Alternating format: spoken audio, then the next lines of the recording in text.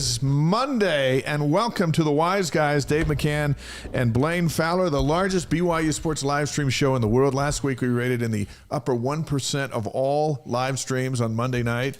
Yeah. And across the United States. Thousands and thousands. Like 28,000 of them. Yeah, so upper we're pretty 1%. pumped about that. Yeah. Wise Guys presented by Brady Plus, distributed by the Deseret News. Our podcast is out tomorrow, wherever you get your podcasts, as we flood the universe with news, information, and propaganda.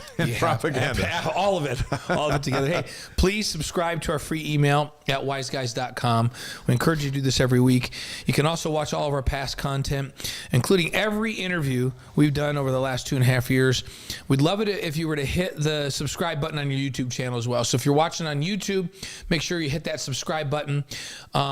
It helps keep this show rolling as we had. And we went over 5,000 last week subscribers. Yeah, thanks everybody. Now we're rolling. Yeah, we're heading to 6. Just on our YouTube channel of the stuff last week, very quickly, 31,000 views. We appreciate that.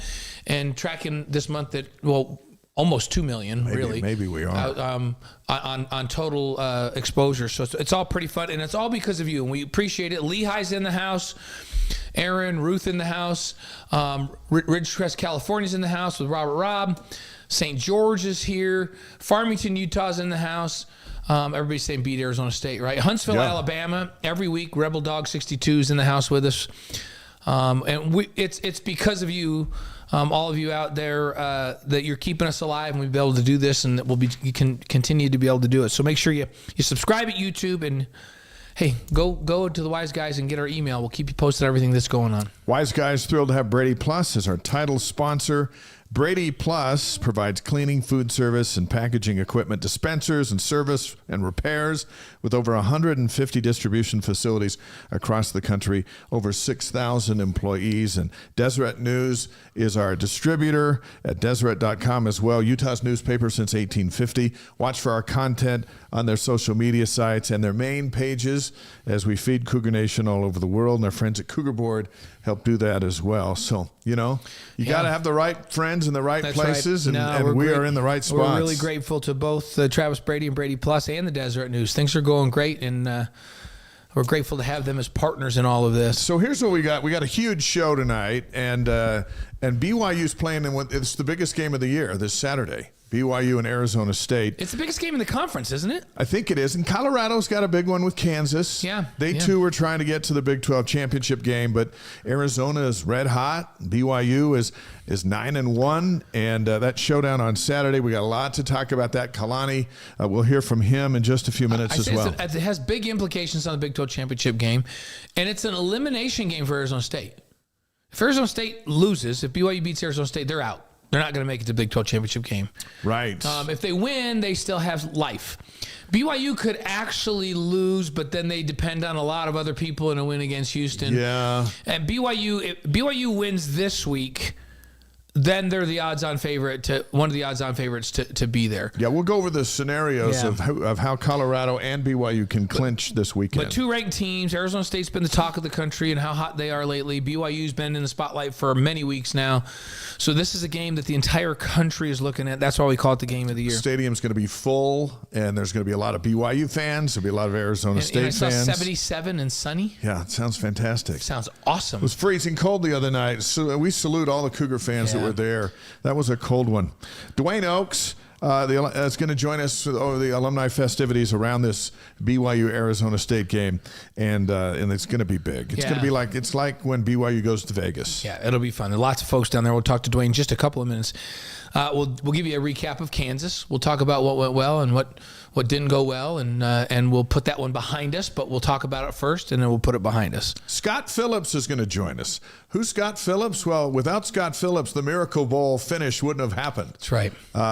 He was the leading receiver in that game. Yeah, and he's one of the fastest players to ever put on a BYU uniform. Yeah, so he's going to be here in studio. We'll talk a little bit about the Miracle Bowl. Also this season, we'll get his keys to the Arizona State game. And our friend from the baseball team, Stone Cushing, he's the closer. He's going to join us. Among the things we're going to talk about with Stone is how he would strike you out. Or not. What 3 pitches he'd use. Or not. Like he might not. Yeah, but he would. No, he wouldn't. I've seen him, and I think he would. So we're going to find out the 3 I know you're an athlete, but you're facing Stone Cushing on the hill. Could you at least say what he would try to strike me out with? Yeah, I think you just like make this assumption I'm not going to get a bat on the ball. I have a feeling that you're not going to get a bat on the ball, but I could be pleasantly surprised. But I'm curious to get in his head and go, well, how would I approach striking out you? How would he approach striking out you? Would he come with a heater? Would he do a curveball and get you out of the box? He knows better than throw me a fastball, because if it gets a little bit high in the strike zone, it's out. That's what he knows. You got to see it to hit it. He's going to have to get me with a breaking ball. That's what he's going to have to do. So Stone Cushing is going to join us in just a little bit. Dallas is in the house. Orem, Utah, just up the road. There's Wisconsin, Vernal, Utah. I think Payson, Utah. I think we're going to have a record stream tonight. Yeah, well, Payson says, so Jaden says that bring in the flu this week. That's why we love it when you're on the live stream and not in studio with us when you have the flu.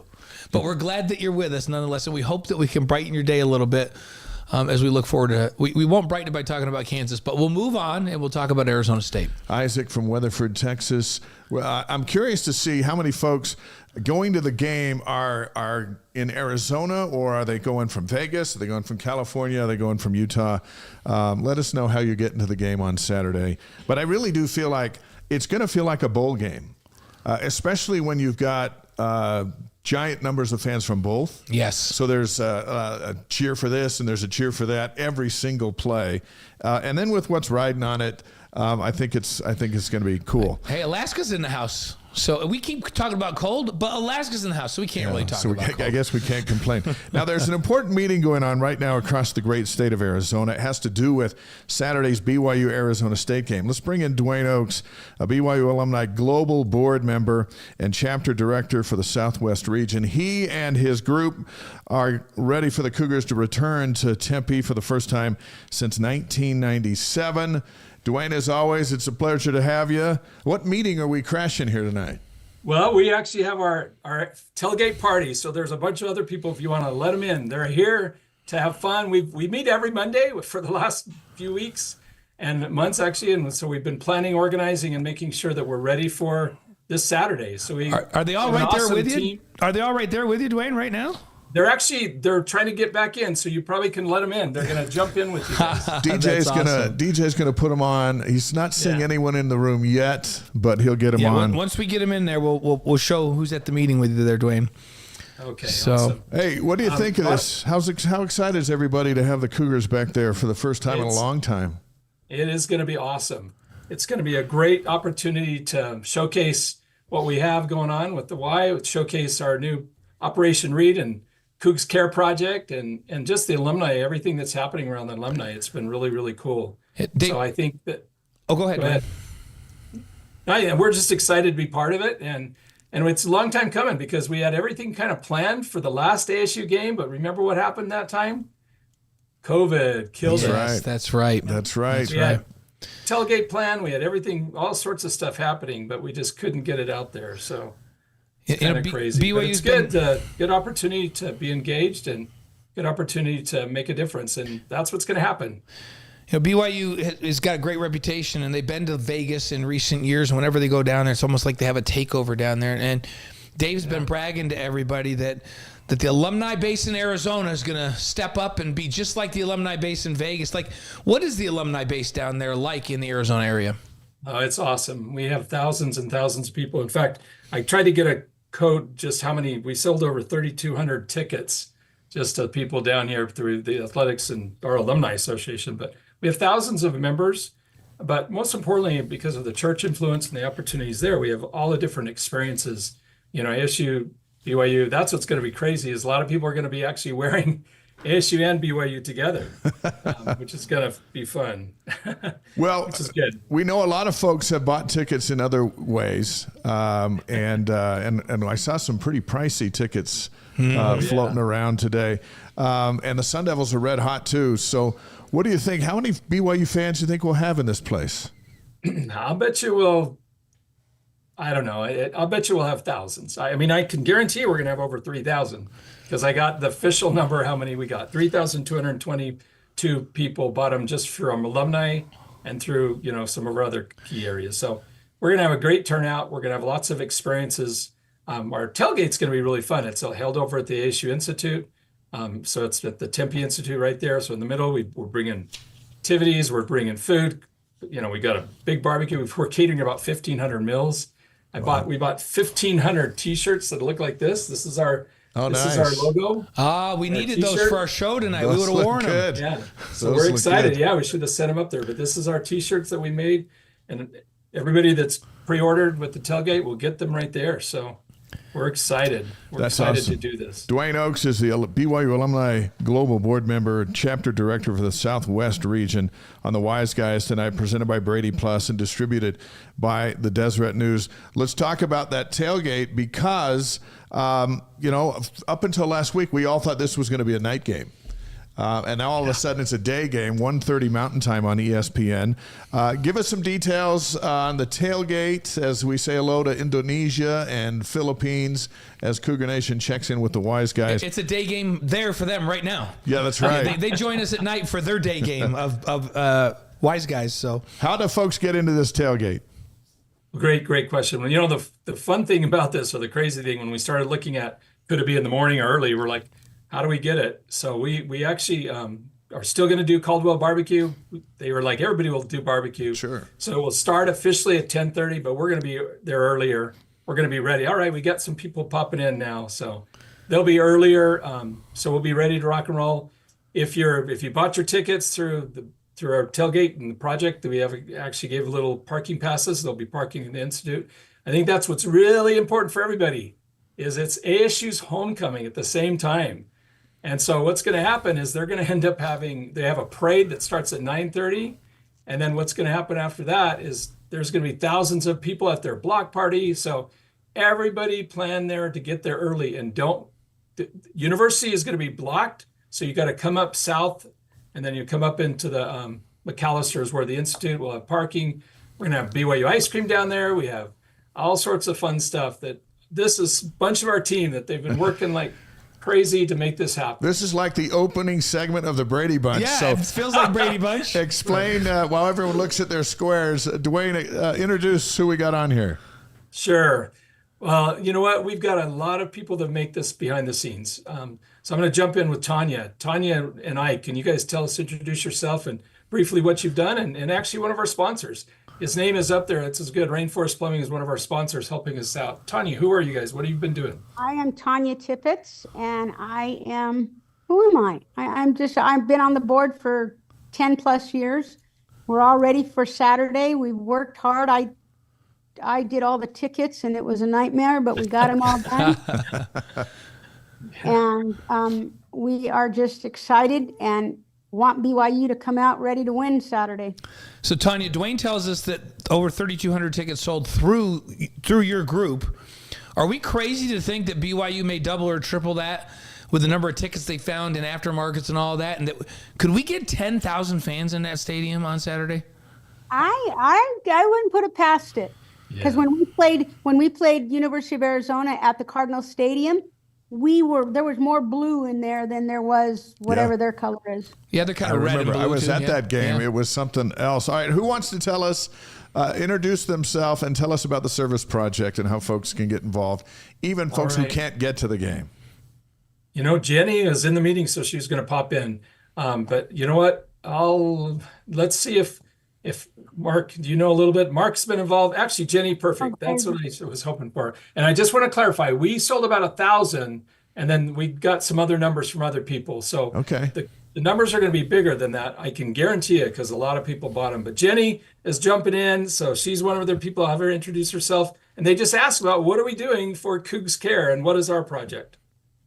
Our project is great. We are gathering books. We have a literacy-based project that is going to help gather books that will benefit 4 different organizations through the America Reads program, which is a program important to ASU that they help foster in some neighboring school districts and for a couple of charter schools, and for the Boys and Girls Club of Scottsdale for some Boys and Girls Clubs on the Indian Reservation that is nearby. So our goal is 2,000 books. Hopefully we can share with you a link for where any of your listeners can jump on and get on Amazon and support us. We can also take any gently used books, children's books that might be from that you might have at home that you would like to bring to the tailgate so that we can donate those to those schools as well. We'll post that link on our live stream, but give us the link so that folks on our podcast can hear it too. And that way people who can't get to the game can still get involved with it. They send money or whatever. Where do they get that information? Yeah, good. Jenny will get that. I want to jump in. This is really an awesome opportunity because the BYU Education School and the ASU Education School have combined, and we're partnering this. So the deans came together, they met. They're flying down on Friday. They're going to host them. They're going to do a meeting. And then we're actually going to go out to the reservation to look at out on the the Salt River Pima Maricopa Indian community, where they're actually going to look at opportunities and the programs that we'll be working with. And then we're also doing with LDSSA, so it's almost a twofold. We're doing a book drive through the education. We're doing actually a food drive. So Jenny will put all that out there, which is great, and we'll put it in there. I'm going to highlight a couple other people that jumped in if I can. So Patrick is our chapter chair from our East Valley. Jim is our chapter chair from the West Valley. And Mick is our chapter chair from Tucson. So you now have Arizona represented right there. This is the best group we've ever had on the show. Yeah, this is awesome. I'll ask you all collectively, what was Arizona State thinking? They scheduled BYU for a homecoming? They must have thought that BYU wasn't going to be very good this year. Now all of a sudden you schedule somebody you can beat on homecoming, but now they got their hands full. They must have underestimated BYU. What's the buzz down there though, from the fans and Arizona State fans? Because you live amongst them. Are they thinking Arizona State has this, or are they a little worried about BYU this week? I can speak to that. I just had an ASU fan over to my home, surrounded by BYU fans. They think Scattaboo is their one-dimensional opportunity to win this game. They know we have every other dimension covered, but if we can't stop him, they will win. That's what they think. That's what they think. He is tough. He is very, Good very running back. good. He's a physical downhill runner. I have tremendous respect for Scattaboo. So Arizona State fans are saying, if Scattaboo goes off, they win. If BYU controls them, they don't. And there's the report from the Arizona State fans. Well, BYU plays pretty good defense. I know you guys are in an important meeting, so Duane, let's go around to each box. All right. Say your name and the key to a BYU win. Here we go. On Saturday. And Duane, we'll come back to you. You'll be the grand finale, all right? So let's go just to your left and go around the room here. All right, I'll call them out. Darla, go for it. I'm Darla Trendler, and I think the key to the BYU win is for the offense to actually score points. Nice, especially in the red zone, right? That's exactly right. And those 8 minutes, we got to get that done. Okay, that's great. We're going to pass that right along to the coach. Darla wants more points. She's talking about the middle 8 too. She's saying the last 4 of the first half and the first 4 of the second half where BYU's dominated. I love this. She's been doing her studying. So they got to score touchdowns in the red zone and they got to take care of the middle 8. I love it. Okay, next one. Tanya. Oh, I introduced myself, but we just got to come out wanting it. We need the desire to want the game. Here we go. So it's the passion. And these two, Ike is the next one. They were up there with their snow gear on from Arizona, freezing. And it was cold. They were sacrificing. It Ike, was what cold. do you think? Gloves and heated vests. I'm Ike Tippett. I'm Tanya's husband, and I think that they just need to not take it for granted and show up. The weather will be better. It'll be warmer. And I think that they will be ready to go this time. All right. That's All good. right. That's good. Mark. Yeah, Mark Webster. I think they need to be efficient on offense. I mean, they have shown some kind of inefficiency sometimes on their offense, getting the plays out, getting them ready, getting them going. And then they need to stack the box on defense, meaning put 7 or 8 in the box and make sure they can stop Scattaboo. That's the key. Okay. Good. Excellent. Very good. All right, Amy Jo. Hi, I'm Amy Jo, and I think that all the players need to eat a cougar tail because cougar tail, they'd be on a sugar high and they would cream. But also, the Arizona fans have to be just as loud or louder than the Provo fans. Yeah, There we go. That's right. There you go. Cougar tails for everyone. Hey, we were doing a promotion one time that we had to shoot a commercial, and we had to take a bite of a cougar tail, but we did like 35 takes because they shoot it from every different thing. So I went through 2 of them, And let me tell you, one Cougar tail might help you win. If you eat 2, you will absolutely lose. I'm promising you that. 2 Cougar tails is too many in one sitting. Okay, who's next, Duane? Well, and you know what's just a fun point is we're actually bringing down Cougar tails. They'll be down here. So nice. Need that. Good. Patrick. We got to get back to the urgency. I saw very little urgency against Kansas. Where'd the 3 phases go with the complementary football? We got to get back to that, and we'll crush them. But if they don't, it's going to be very embarrassing to throw this tailgate and have all those people go home disappointed. All right, you want all 3 phases. He wants complimentary football. I love it. Understood. Okay, next. Jim. Hi, I'm Jim Smith. I'm the Phoenix West chapter chair, and my game day shirt this last week was I bought Jake Reftgloss BYU shirt, and I'll take the blame. I wore that and they lost, so I'm not going to wear that for this next weekend, or this Saturday's game. But I am going to encourage Jake to, hey, take what the defense gives you. Okay, don't force it. Don't throw interceptions in the end zone. Don't try to hit a home run on every play. Check it down and just take what the defense gives you. It's okay to have a 10 to 12 play drive and not try to hit a home run to Lassiter or to Chase Roberts or to your wide receivers. Just take what the defense gives you, Jake. If you win this next weekend, I'll wear the BYU. The shirt will come back. There we go. Come back for the Houston game. All right. All right, Jim. Good stuff. Mick from Tucson. Mick Stewart, Tucson chapter head. I think they just need to manage the clock a little better. Be mindful of the timer. Awesome. Okay. Yeah. Greg. That's important. Not have to use for sure. timeouts, right? When you burn don't timeouts. before the end of the half or the end of the game. I get it. Okay, who's next? Greg. Hi, I'm Greg. Chuck, I'm actually on vacation right now. Always on vacation. Important meeting here. So anyway, glad to be here. I feel a little bit sorry for Scattaboo. I think he's going to be going boo-hoo-hoo because I think our defense is going to step up to the plate, and he's not going to be getting very many yards. So I think the defense is going to be the key, and I expect at least 3 turnovers in this game. Oh, and BYU to victory. Force turnovers and stop Scattaboo. That's a good one. Boo-hoo to Scattaboo. I like that. Scattaboo will say boo-hoo. There you go. I like Jenny. it. Let's wrap it up with Jenny. Oh, no one has ever asked me for my football advice before, but I would say they've got to be able to convert on 3rd downs. Yeah. There you go. There's my coaching advice. And maybe in Arizona, they should play all the Arizonans on their roster. BYU should let all the Arizonans in. Maybe it'll bring them some good fans. I'm trying to think of who's the most visible Arizonan on the roster. Actually, we did some research. Lassiter definitely. Lassiter's one of his mom and dad. We fly up with them. That's right. 88. Oh, yeah. So the tight end. So Tase. And Jackson Bowers is a Mountain View grad. That's right. Jackson Bowers. Yep. Yeah. Some good players from Arizona. Arizona's been very good to BYU over the years. Yes, they have. And everybody knows that John Beck and Max Hall are Arizona folks. So And Ty Detmer's down there coaching. Ty and Max are going to be on our pregame show on Saturday, so that'll be fun. All right, Duane, it's all yours. What's your? I would just say more than anything, let's have fun. We want to invite everybody down to the tailgate. We want that to be an awesome thing, and we want to make a difference with the service. Help us make sure we tell them what we do around service, because that's what I've really been pushing.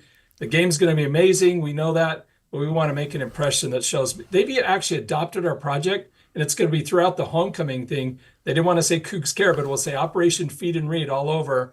I have the website if you want it. They sent it out to every ASU alumni as well to bring stuff. So this is a pretty big opportunity to collaborate and make a difference.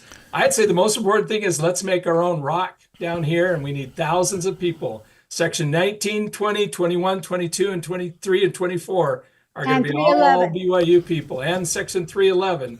So we want to turn it into the rock in Arizona. And was it Jenny that said that she has the website now for us that we can? I do.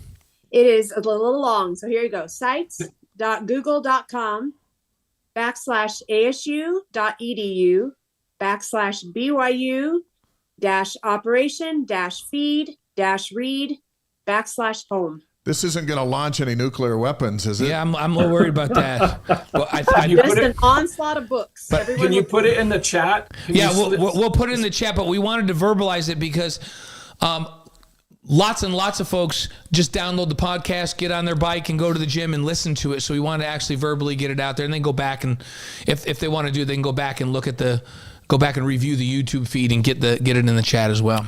Hey, this is a great. What? Paste the URL in the chat.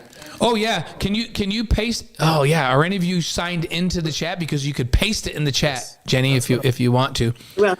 Okay, she'll do it. She said she'll paste it in the chat. Guys, this is a great visual of the alumni group in Arizona. This is Cougar Nation in action, meeting tonight to go over all the details.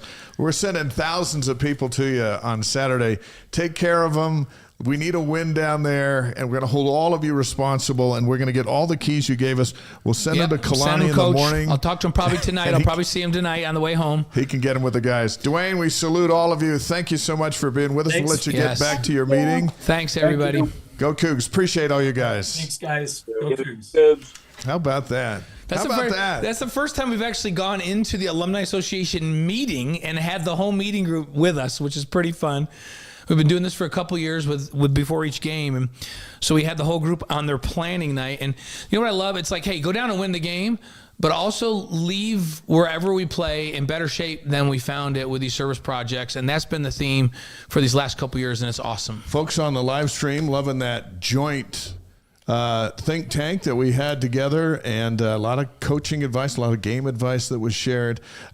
Keep our stream hopping. Let us know where you are watching from. And also, I saw a couple of plans on somebody who's picking up somebody in Vegas and then heading over to the game. Yeah, good stuff. Let us know how you're getting there to Saturday. The biggest game of the year, BYU and Arizona State. Scott Phillips is going to join us in just a few minutes. Let's go over a couple of headlines on our loaded show. By the way, the kickoff time for the Houston game on November 30th in Provo is going to be delayed until Saturday night. Mm-hmm.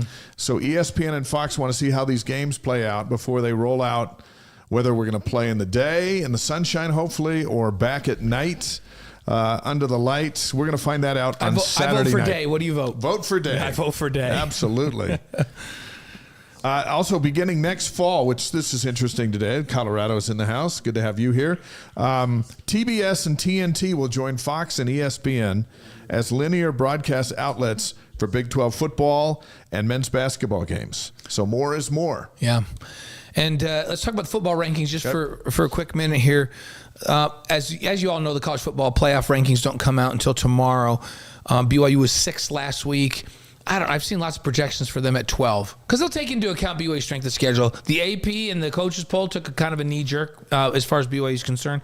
In the AP, BYU fell in at number 14 and the coaches poll number 15, which is interesting because they have the same record as a bunch of teams in front of them and have a couple of better wins. But just like it's been all year, and maybe that's a good thing because Kalani gets these when they feel like an underdog, they seem to play with more of a chip on their shoulder. So maybe being disrespected a little bit will be good for them down at Arizona State. And they have a chance to go make a big statement against a team in Arizona State that's ranked now this week. Yeah, 23rd. BYU's 14th. 9-1 are the Cougars, 6-1 in the league. 8-2 are the Sun Devils, 5-2 in the league. It's on ESPN. We'll have more TV details for you in just a moment. That's right. Before we bring in Scott, let's listen to Kalani Sitake, the head football coach. Here's the first couple of moments in his address to the media today, coming out of Kansas and heading into this huge game on Saturday with Arizona State. Let's listen to the coach.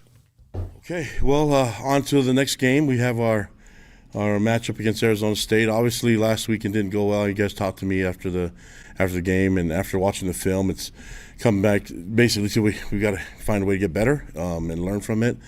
I think we've too many mistakes to overcome. Hard to do against a really good team. Kansas is not an easy opponent. I think you look at the conference. There's a lot of parity in the conference, and anyone has a shot, and especially when you make too many mistakes as a team. So we're not able to overcome it, but we've had to learn from it. So even though it happened, we all have to learn from it. We all need to improve, myself included as head coach, and all three phases need to get that going because we don't have a lot of time. We've got to get ready for the next one against Arizona State, who's done some really good things. And looking at their team, I mean, Kenny Dillingham's a really good coach, and I like the way he does. I have a lot of respect for him and the way he coaches his team. You can tell he's got a great connection with his players, and he's a local kid, so he's from that area. So he grew up, ASU fan, and knows what that program can do. And I like that he's brought in a staff that I think he did the right way, bring in a lot of local staff and great. I mean, I know a lot of guys on his coaching staff that they're really good coaches, good men. And so looking at their talent that they have, it's a difficult matchup. You have to be ready. We're going on the road. We already know the time for that game, and that be a little better weather than what we have in here. But looking forward to the matchup. I think the goal is for us to, like we said every week, stay humble, stay hungry, and find ways to get better. We can definitely do that from last week. A lot of things to learn, but also some really good things to praise. So I think we can get to our position of just getting back to learning and getting better and focus on the next opponent. It's a difficult matchup. You look at what they do as a team, and I like the way they play the game. So it's going to be a cool matchup, and hope it brings out the best in us. And we're going to need that going into this game Saturday. So what questions do you guys have for me? That's Kalani Sitake addressing the media today, setting the tone for the week, which will peak on Saturday afternoon against Arizona State in a game that BYU can win and clinch a date in the Big 12 championship with a little bit of help. We'll talk about those circumstances in just a bit. Our first guest tonight is one of the heroes of one of the greatest comebacks in BYU football history 44 years ago next month. Cougars rallied from 20 down in the final 4 minutes to stun SMU 46-45 in the 1980 Holiday Bowl. It is a pleasure to welcome Scott Phillips to the Wise Guys. Thank you. How are you? Good. I can't believe it's been 44. When Dave just said that, I was like, 44 years ago? Wow, where have all those years gone, man? Yeah, I know. It's crazy, isn't it? It's like, it's gone by way too fast. How fast did you run in college? Well, it was a different era, right? We didn't even time ourselves, honestly. I don't remember ever being timed in high school. Really? For the 40 or in college. It wasn't until the Pro Scouts came in, and then it was, just a stopwatch, right? But so that was the first time I actually remember being timed, and so I think the best time I ever had, and I'm trying to think. I think it was I think you ran a 4.38 or something. Yeah, like that. 4.38, 4.37 in that range. Yeah. Which I don't know how that compares today. Hey guys, okay. I already, before you came in the building, Scott, I just said one of the fastest players to ever put on a BYU uniform. I already pubbed you with that. Okay. And I've known Scott for a long time, and that 4.38, 4.37 was eye popping back at that time. That's right there with anybody in today's world. Hey, on the stream, David says your wife Linda was his cheer partner in the 78-79 school year. How about that? That's great. Yeah. She just barely showed me a picture. Honestly, I can't remember who sent it to her, but it showed her and him in a parade and going down some pregame parade, her in a cheerleading outfit or so forth. So, yeah, good. As you look at today's game now, fast forward a little bit, and the speed that you see out on the field, and you were fast. Is it a different kind of speed today? Well, bigger guys are faster, right? I mean, you had to be a little more slender and so forth. It seems like they kind of have that kind of speed. So they're definitely bigger. They're definitely stronger. You see a lot in the NFL, of course. Yeah. But in college as well. So, yeah, I think they are. I don't know as like I say, the running a bunch of 4.36s now and 4.35s. Some do, but it's very rare still. But I think you have these big guys. I mean, defensive ends and linebackers and so forth. They're just amazingly how fast they are. Jack Kelly's closing speed has been impressive. Yeah, Jack Kelly at 2.38 runs in the 4.5s. Yeah, which we never. You didn't have linebackers at that size running in the 4.5s. They were 4.7 or 4.8 back then. Yeah. So it's just more of those guys. Do you pay attention to Taysom Hill at all now? No, I have a son-in-law who does, so I hear through him. Yeah. But I watch a little NFL, but not a lot. Yeah, because he reminds me on the field the way he runs away from people, the way you used to run away from people, and Taysom's got to be 235 pounds and runs 4.4-ish, and he's just running away from people in the NFL. So he's carrying on that speed tradition. Yeah. So. Hey, let's go back in time for a moment. It's 38-19. SMU leads in the fourth quarter of the 1980 Holiday Bowl. You score from the 1 on a run. At this point, do you think your guys are still in the game? What time did you say it was? How much? It was 38-19. Early in the fourth. Yeah, early in the fourth. Early in the fourth. No. It was. We'd been there before, Holiday Bowl, and it looked the same as it was the years before. We hadn't won a bowl game to that point, I don't think. Right. And so no, there was kind of the same kind of mentality on the sideline. I remember sort of looking to one of my buddies on the sideline and saying, "Here we are again," because we thought we were better than that. SMU was obviously very good. Yeah. But we thought we were better than that, and just hadn't materialized yet. So and of course we when the comeback starts, we're at how much time's left in the game? Then 4 minutes. 4 minutes. Under 4 minutes, because later on in the fourth, because that was early in the fourth, but later on in the fourth, you score again, and then you catch the 2-point conversion. So now it's 45-39. Yeah. At that point, are you thinking a little bit different? Well, you keep playing, right? It's interesting when you're on the field versus a fan. In fact, I was telling my wife as we were watching the game last week, and it was nip and tuck as it was. I felt a lot more nervous there than you ever did on the field, right? You're just playing on the field. You don't notice that, and so when you're in there, you're doing all you can to win. And the scoreboard is not irrelevant, but it's not as relevant because you're just playing and you're doing your best. And if the opportunity presents itself, then it does. But I remember we didn't necessarily even have. I think there was. We didn't. I think we had an onside kick at one time, but the other time we didn't, and we didn't get it, and so you ended up. We had to sort of let them play their 4 downs again, right? So time's clicking, and you're feeling like the time's just really getting down to nothing, and then. Then Bill Shefflin blocks the punt. Yeah. And the Cougs recover. Jim tries a bomb, throws it out of bounds, so now we're down to 1 play. It's the most infamous play in BYU history, right. McMahon to Clay Brown for the game winner on the last play of the game. Where were you at on the field, and what was your vantage point of what was going on? Well, interestingly enough, unknown stories sometimes. So they had called maximum protection, which is both backs block, and so I'm there on the left-hand side, and Eric Lane's on the right-hand side.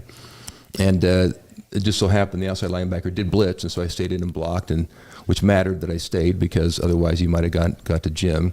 But Eric didn't, just headed down the field. And so after the game, I said, "Eric, where were you?" Like, I'm in the backfield by myself, and he says, "I wasn't going to miss that."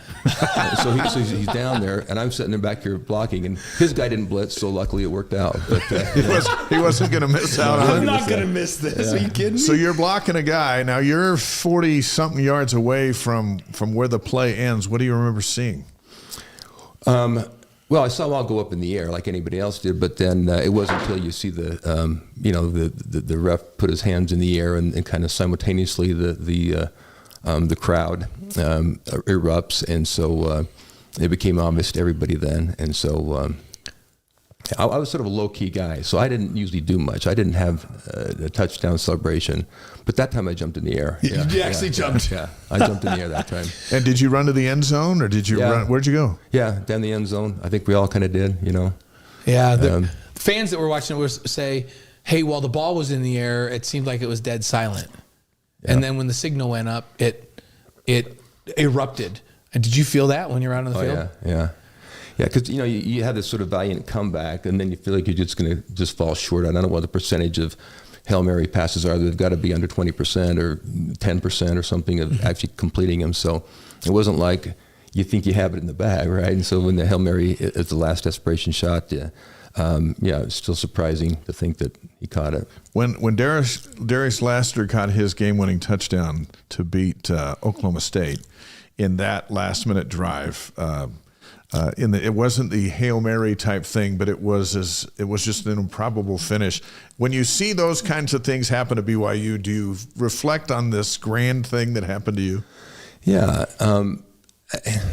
Anytime you see a comeback, they always talk about the greatest comebacks, and you see that. And of course, just when you see the makeup of that to be 3 touchdowns, down with 3 minutes and under 4 minutes left, it's impossible. It's certainly improbable, but I think impossible. And so every time I see a comeback, I say, "Oh, one of the greatest comebacks." Well, you didn't watch the Mizzlou station, right? And then that's the problem. It's the beginning of cable. We weren't very widely publicized, right? Yeah, ESPN was a few years away. Yeah. Yeah, I think Mizzou had about a 4-month run or something. Yeah, it wasn't big. So it wasn't captured across the nation in the same manner. But I think when you look at that, I don't know how you find a game that's actually in the history of football that's actually you could say it was a better comeback. Yeah, more improbable. I can't think of one in all my years of playing and covering it. What a lot of fans don't realize is in that 46-45 win, the backs were a big part of the passing game at BYU in those days. You led the Cougars in receiving that game. You had 10 catches, 81 yards, a 2-point conversion, 2 touchdown runs in that game. So everybody thinks back in that game and immediately their mind goes to Clay Brown catching the game-winning. But on the offensive side of the ball, nobody had a bigger impact in that game than you. When you reflect back, do you think about how much you had a hand in that? Well, I don't know if I see it that way. I just, you do what you're called upon to do, and but all season long, running backs played a key, and tight ends, right? It's a little different than it is now. I think we should get to that a little bit more. Yeah. Running backs and tight ends. Then we had two wideouts and 4 in the rotation, so we had a lot of people in the play. So I mean, McMahon had 5 options at any time. It seemed like. And but running backs did catch a lot of balls then, and so it wasn't so unusual to be in the mix that often from the catching perspective. Let me read this while you take a swig of the water there. Yeah. Former BYU running back Scott Phillips is on the Wise Guys tonight, presented by Brady Plus and distributed by the Deseret News. Phillips played at BYU between 1977 and 1980, including that Miracle Bowl we've been talking about against SMU. BYU beat SMU earlier this season, and now SMU is back in the game, and they'll be up in the college football rankings with just the one loss when those are announced tomorrow. What has impressed you the most about this BYU team? They beat the Mustangs. That kind of got our attention. Yeah, they had our attention anyway because we're covering them all the time. But that got some national attention because they were underdogs in that, and then they just kept going. Yeah, I think that just every season it seems like there's a lot of hype, right? And this year it seemed like for the first time there hasn't been any hype. Yeah, no hype. Yeah, and I was kind of like saying good because maybe they'll live up to it, right? And so I think they've exceeded expectations. Now, of course, expectations rise, and so last week was a disappointment because of the expectations. Otherwise, it wouldn't have been so deflating. But I think that so just their ability, they're better on offense, they're better on defense. They don't show up every game, perhaps. The last few games have been a little suspect, but they're just better all the way around. I think they're better coached. I think they're just playing better, and they seem, from talking to Kalani and the like, they seem to really be together as a team. I think there's a lot of unity there. Well, how do you manage, and you played on some teams that had some great runs and won a lot of games, but only one team's been undefeated in the modern era, in BYU. So there's always a bump in the road, or two, some years. So you played on some great teams. How do you handle that disappointment when you're on a great run and then you have a loss? What do you do to put that behind you and move on so you're ready to play the next week? Yeah. Well, that's the key, isn't it? Because it's going to happen almost every year. And some teams, they're on a big rise, and so that deflates them, and so they sort of lose that momentum the rest of the year. And other people sort of regather themselves and move forward. And so I just think there's a leadership quality, there's a momentum, there's a belief, right? And I think frankly, since our era when we sort of won most every game we played, and that carried on for a number of years. But we got into a little bit of doldrums there for a few years as well. And so I think just the belief system to come back, maybe too much belief because we're willing to let themselves get behind too much and think they could always come back, and it looked like they were going to do it again. Last Saturday. But there is that belief system that we can win. We can beat anybody, and I think that's important. And so it's a combination of not getting overconfident, but also you got to believe in yourself. And I think that's harder to get to than sort of being overconfident. Saturday is Arizona State. We had a whole team of experts weighing in on their keys to the game. Let's get yours now to go down there to Sun Devil Stadium. It's now Mountain America Stadium. It's the same place, being held up by toothpicks and duct tape. I think last time we were down there. Last time I was in that stadium, I was like, wow, this thing needs a the Rolling remodel. Stones have played there a dozen times. But what's the key for Saturday for these guys to get to win number 10?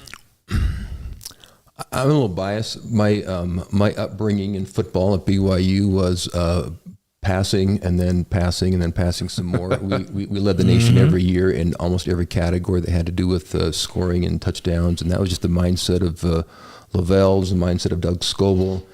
And so I'm biased. I think we need to pass more. I think when I see us move the ball, it's usually we're passing. That doesn't mean we don't run with the ball well, too. We have some pretty good running backs, frankly. How about pass more in the hurry-up? Because Jake seems to flourish in that hurry-up offense. Exactly. And that's we seem to score right at the end of right before a half is coming or something. But when we're forced to pass, it seems to go well for us, particularly over the middle. And then I think that there is a difference in red zone calls and non-red zone calls, right? I mean, the field is 80% shorter now. You've got to do something different. And I think coaches do have a red zone, offering, and I'm not sure exactly what BYU's. I've seen some creativity at times and some misdirection, but you've got to do something more than just run it up the middle when you've got 4 downs to make it happen. If you're on the 1 yard line, you can get away with that, perhaps. But so I think a little more innovation in the red zone and a little more willingness to put the ball in the air. I think we've shown we can do that. So pass more and be more effective in the red zone. A little more creative. Yeah. And back in your day, Scott, and which was my day too, we had this mentality that we'll just throw it and then we'll set up our run with a throw game and that quick throw game to the backs and the tight ends. And now it feels like everybody says, well, you got to set up the pass with the run, but you don't have to, do you? Well, it's funny you'd say that. That's one of the things I tell my family all the time as we're watching football. I whenever I hear an announcer say, you got to run to set up the pass, I said, that is not true. There's too many evidences that that's not true. We were one of them. You can look at a lot of teams where they pass a lot. You don't have to. You can pass to set up the run. I'm not advocating you don't run. I'm just saying that you could pass when it's not expected. And pass more often, and then your run game becomes more open. But clearly that's possible. We see teams do it all the time. I mean, is that not what the Kansas City Chiefs do? Yeah. The Kansas City Chiefs throw the ball to set up the run. I think that the Patriots did that for years, right? Seemed to work for them. Yeah, kind of. Yeah, there's a couple of good examples. Yeah. The Chiefs had the same kind of game BYU had over the weekend. Yeah. Turnovers showed up and got in the way, and then momentum took the other team. You hope that I know the mentality of the Chiefs because they've won multiple Super Bowls in a row. They're going to go, well, that was an aberration. Like, we got to prepare better this week because we're never going to lose 2 in a row, and that was an aberration. I hope that's BYU's mentality. Okay, we played bad. We didn't prepare well on offense, but that's got to be an aberration. We're a winning team. Let's go with confidence. Let's prepare well and go get Arizona State. Is that what it takes? I think so. I think that I think offensive coordinators generally across the nation, as I look at them, they have there's a fear factor, right? You hate interceptions, and so it's just easier to hand the ball off and let the ball run up the middle, just on some situations, and it's more risky to throw the ball. So we think, at least, and so I think there has to be a little bit more of a. And again, I was raised a little bit, cut my teeth on Doug Scoville, and you maybe remember this, but Doug Scoville every Friday night before the game, we'd be practicing in the stadium just to walk through, and he'd point to the scoreboard. He'd have the whole offense sort of gather around and he'd point to the scoreboard and he'd say, light it up, and he'd start screaming and everybody started hooting up. But he did that every single game that I recall, and the only reason we didn't score more points is because Lavelle would tamp it down at the end, right? Yeah, he'd score 80 points if we let him. So. Yeah. I watched you score 83 against UTEP in one of those years. And you remember Mike Leach? I was having a conversation with him just a few years ago, and before he passed away. And I loved Mike Leach, but we're talking about a game that they were going to play, and I said, and they say that they're just going to completely shut you down from running it, so you can't run it at all, and you're going to be one-dimensional. And he goes, "Yeah, I don't care if we can run it." I go, "You don't care?" He goes, "I don't even care." He goes, "If they're going to load the box, I'll throw it 60 times. I don't care." And I thought, man, I love that mentality. And he did. That's what he did. Yeah. We're with Scott Phillips here on the Wise Guys. Before we hit you with 5 questions, and by the way, live stream, we're watching you, Mike, from Jakarta, Indonesia. I saw Council Bluffs, Iowa there. Keep them coming as the Wise Guys combs the free world. Give us an update on your family and life and all of that stuff. What are you up to? Oh, boy. It's... nothing really to report. It's just sort of life is normal, right? 5 kids, 14 and a half grandkids. Wow. And just, keeping busy with a lot of good things, family, church, golf on occasion. Yard work on occasion. Well, he plays golf more than on occasion in the summer. Well, it's tapering off a bit. Have you not been playing as much? But I do see you every time I'm there. So no, that's probably true. That is not true. That's probably true. We both miss our old playing buddy Danny Plater. Yes. So he was fun. We played a little faster if Danny played with us. Yeah. And we learned patience when Danny played with us. Yeah. So that's a brother to both of us, Danny Plater. Let's do 5 questions. This is like 1 minute left in the game against SMU. You don't have any timeouts, so it's going to come fast and furious. First thing that comes to your head, it's pretty easy. We're going to start with this. What's your favorite sports movie? Remember the Titans. Titans, good one. Love it. Your favorite singer or band? Don't have one. You don't have one? No. If you're just going to listen to music, like what would you put on? Frank Sinatra. All right. That's old school. You know what? Yeah. There's nothing wrong with Frank. Yeah. Actually, sometimes I'm in that mood. Sometimes I do just put some Frank on. I spent 20 years working in Vegas. I think there's people who still think Frank sings down there. Yeah. It's just, he's just part of history. Nobody did it better. I would agree with you on that one. That's the first person that said that. And that is our first Frank. That's thoughtful. Okay, your favorite. I'm old. Yeah, I know. I'm right there with you, brother. Your favorite breakfast cereal? I eat bran flakes every morning, pretty much. Do you put sugar on them though? No. Just straight bran flakes? Raisins and almonds. Okay, so you do put some raisins and almonds to sweeten it up a little bit. So, what did Gift tell us? What did Gift say that he ate? I don't know what Gift said. I can't remember. But I thought it was like it was frosted shredded wheat or something. It was something really healthy, but it was frosted. And then Danny Ainge comes in and says he just eats shredded wheat, like the plain old shredded wheat. I was like, why don't you just eat grass then? Because that's what that tastes like. Bran flakes, so bran okay. flakes, all right. But he does put almonds and Gives some raisins help. on it. He helps it out. Okay. Gives some help. Your favorite BYU quarterback, I'm going to really put you on the spot now. Your favorite BYU quarterback gets a multiple choice. Mark Wilson or Jim McMahon? Boy, favorite by what standard? No, I'm just your favorite. You decide. I can't decide that. They both have some great qualities. If you were putting together a flag football team and you needed a quarterback and it was these two guys, you could only pick one, who would you pick? Jim's the best quarterback we've ever had here. So, but Mark was great to play with and was highly talented, maybe even a bit underrated. Both first-round draft picks. But Jim's the best we've ever had, I think, here. Yeah. So you go with Jim? Yep. There's no shame in that. Yeah. We had Mark on our pregame show on game day. Mark was on set with us last week. I think he might pick Jim. If he had to pick one of the two. But and we've had Steve on a couple of times, Steve Young, and you didn't play with Steve. I played with Steve, and I didn't get to play with Mark, but he's a good friend. But I played with Jim and Steve, and even Steve I think would admit in college, the greatest quarterback of all time is Jim McMahon. Yeah. Now Steve did crazy things in the NFL. But who threw a ball that was the easiest to catch? And they both had very different releases with Mark and Jim. Jim. Yeah. Okay. Yeah. He was the best. Yeah, a little softer, I think. Yeah. Mark would be throwing. Mark would downhill. come out some rockets, send you some rockets. Yeah, a little taller, kind of came down on you a little bit more sometimes. But Mark was great. And Jim had that unbelievable ability. It didn't matter which way he was rolling, to his right and throwing across his body or getting his shoulders around. He could just launch it 60 yards on the run, and it didn't always spiral either. No, it was just right soft. there. Yeah. Yeah. That's cool. He's one of the greatest ever in college football history. So, okay, this one's a little tougher. Your favorite BYU memory ever? Well, I guess it has to be that Miracle Bowl. I don't know how I could top that one. Yeah. Yep. I was at that game the year before against Indiana. You're 11-0, and the kick goes awry at the end. Indiana wins by 1 point. So on that field, you've got that feeling, and then you fast forward the next year and you have that feeling. Yeah. Who gets to have those two feelings in 12 months? Yeah. It's pretty good. From the agony of defeat to the thrill of victory. And Lee Corso still hangs his hat on that one win. He's always talking about that one. Yeah, that's all he's got going. I feel like he doesn't like BYU for some reason. I don't know why. He coached for the Hoosiers. Yeah. Maybe that's why. Yeah. Well, Scott, thank you so much for being here. Thank you for inviting me. Appreciate having you here, buddy. Fantastic career, and we applaud you in your life, and a great representative of what BYU is, and one of the fastest Cougars ever to suit up. Yep. No. I'm telling you right now, nobody faster. So thank you. Thanks, Mike. and there's fast on the track, which he was, but there's fast on the field. Nobody faster on the field than this guy right here. Get the ball. You got to go catch him. SMU didn't think you'd get around the corner that fast.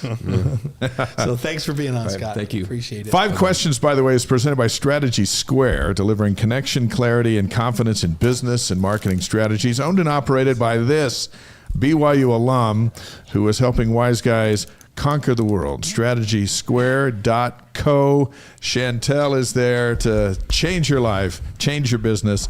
She's doing great things for us on the Wise Guys. And how nice of that to have Scott Phillips in the house. Yeah, one of my favorites, one of my heroes. Let's do our Cougar Board question of the week, and we'll dive into this football game. Stone Cushing's going to join us in just a little bit.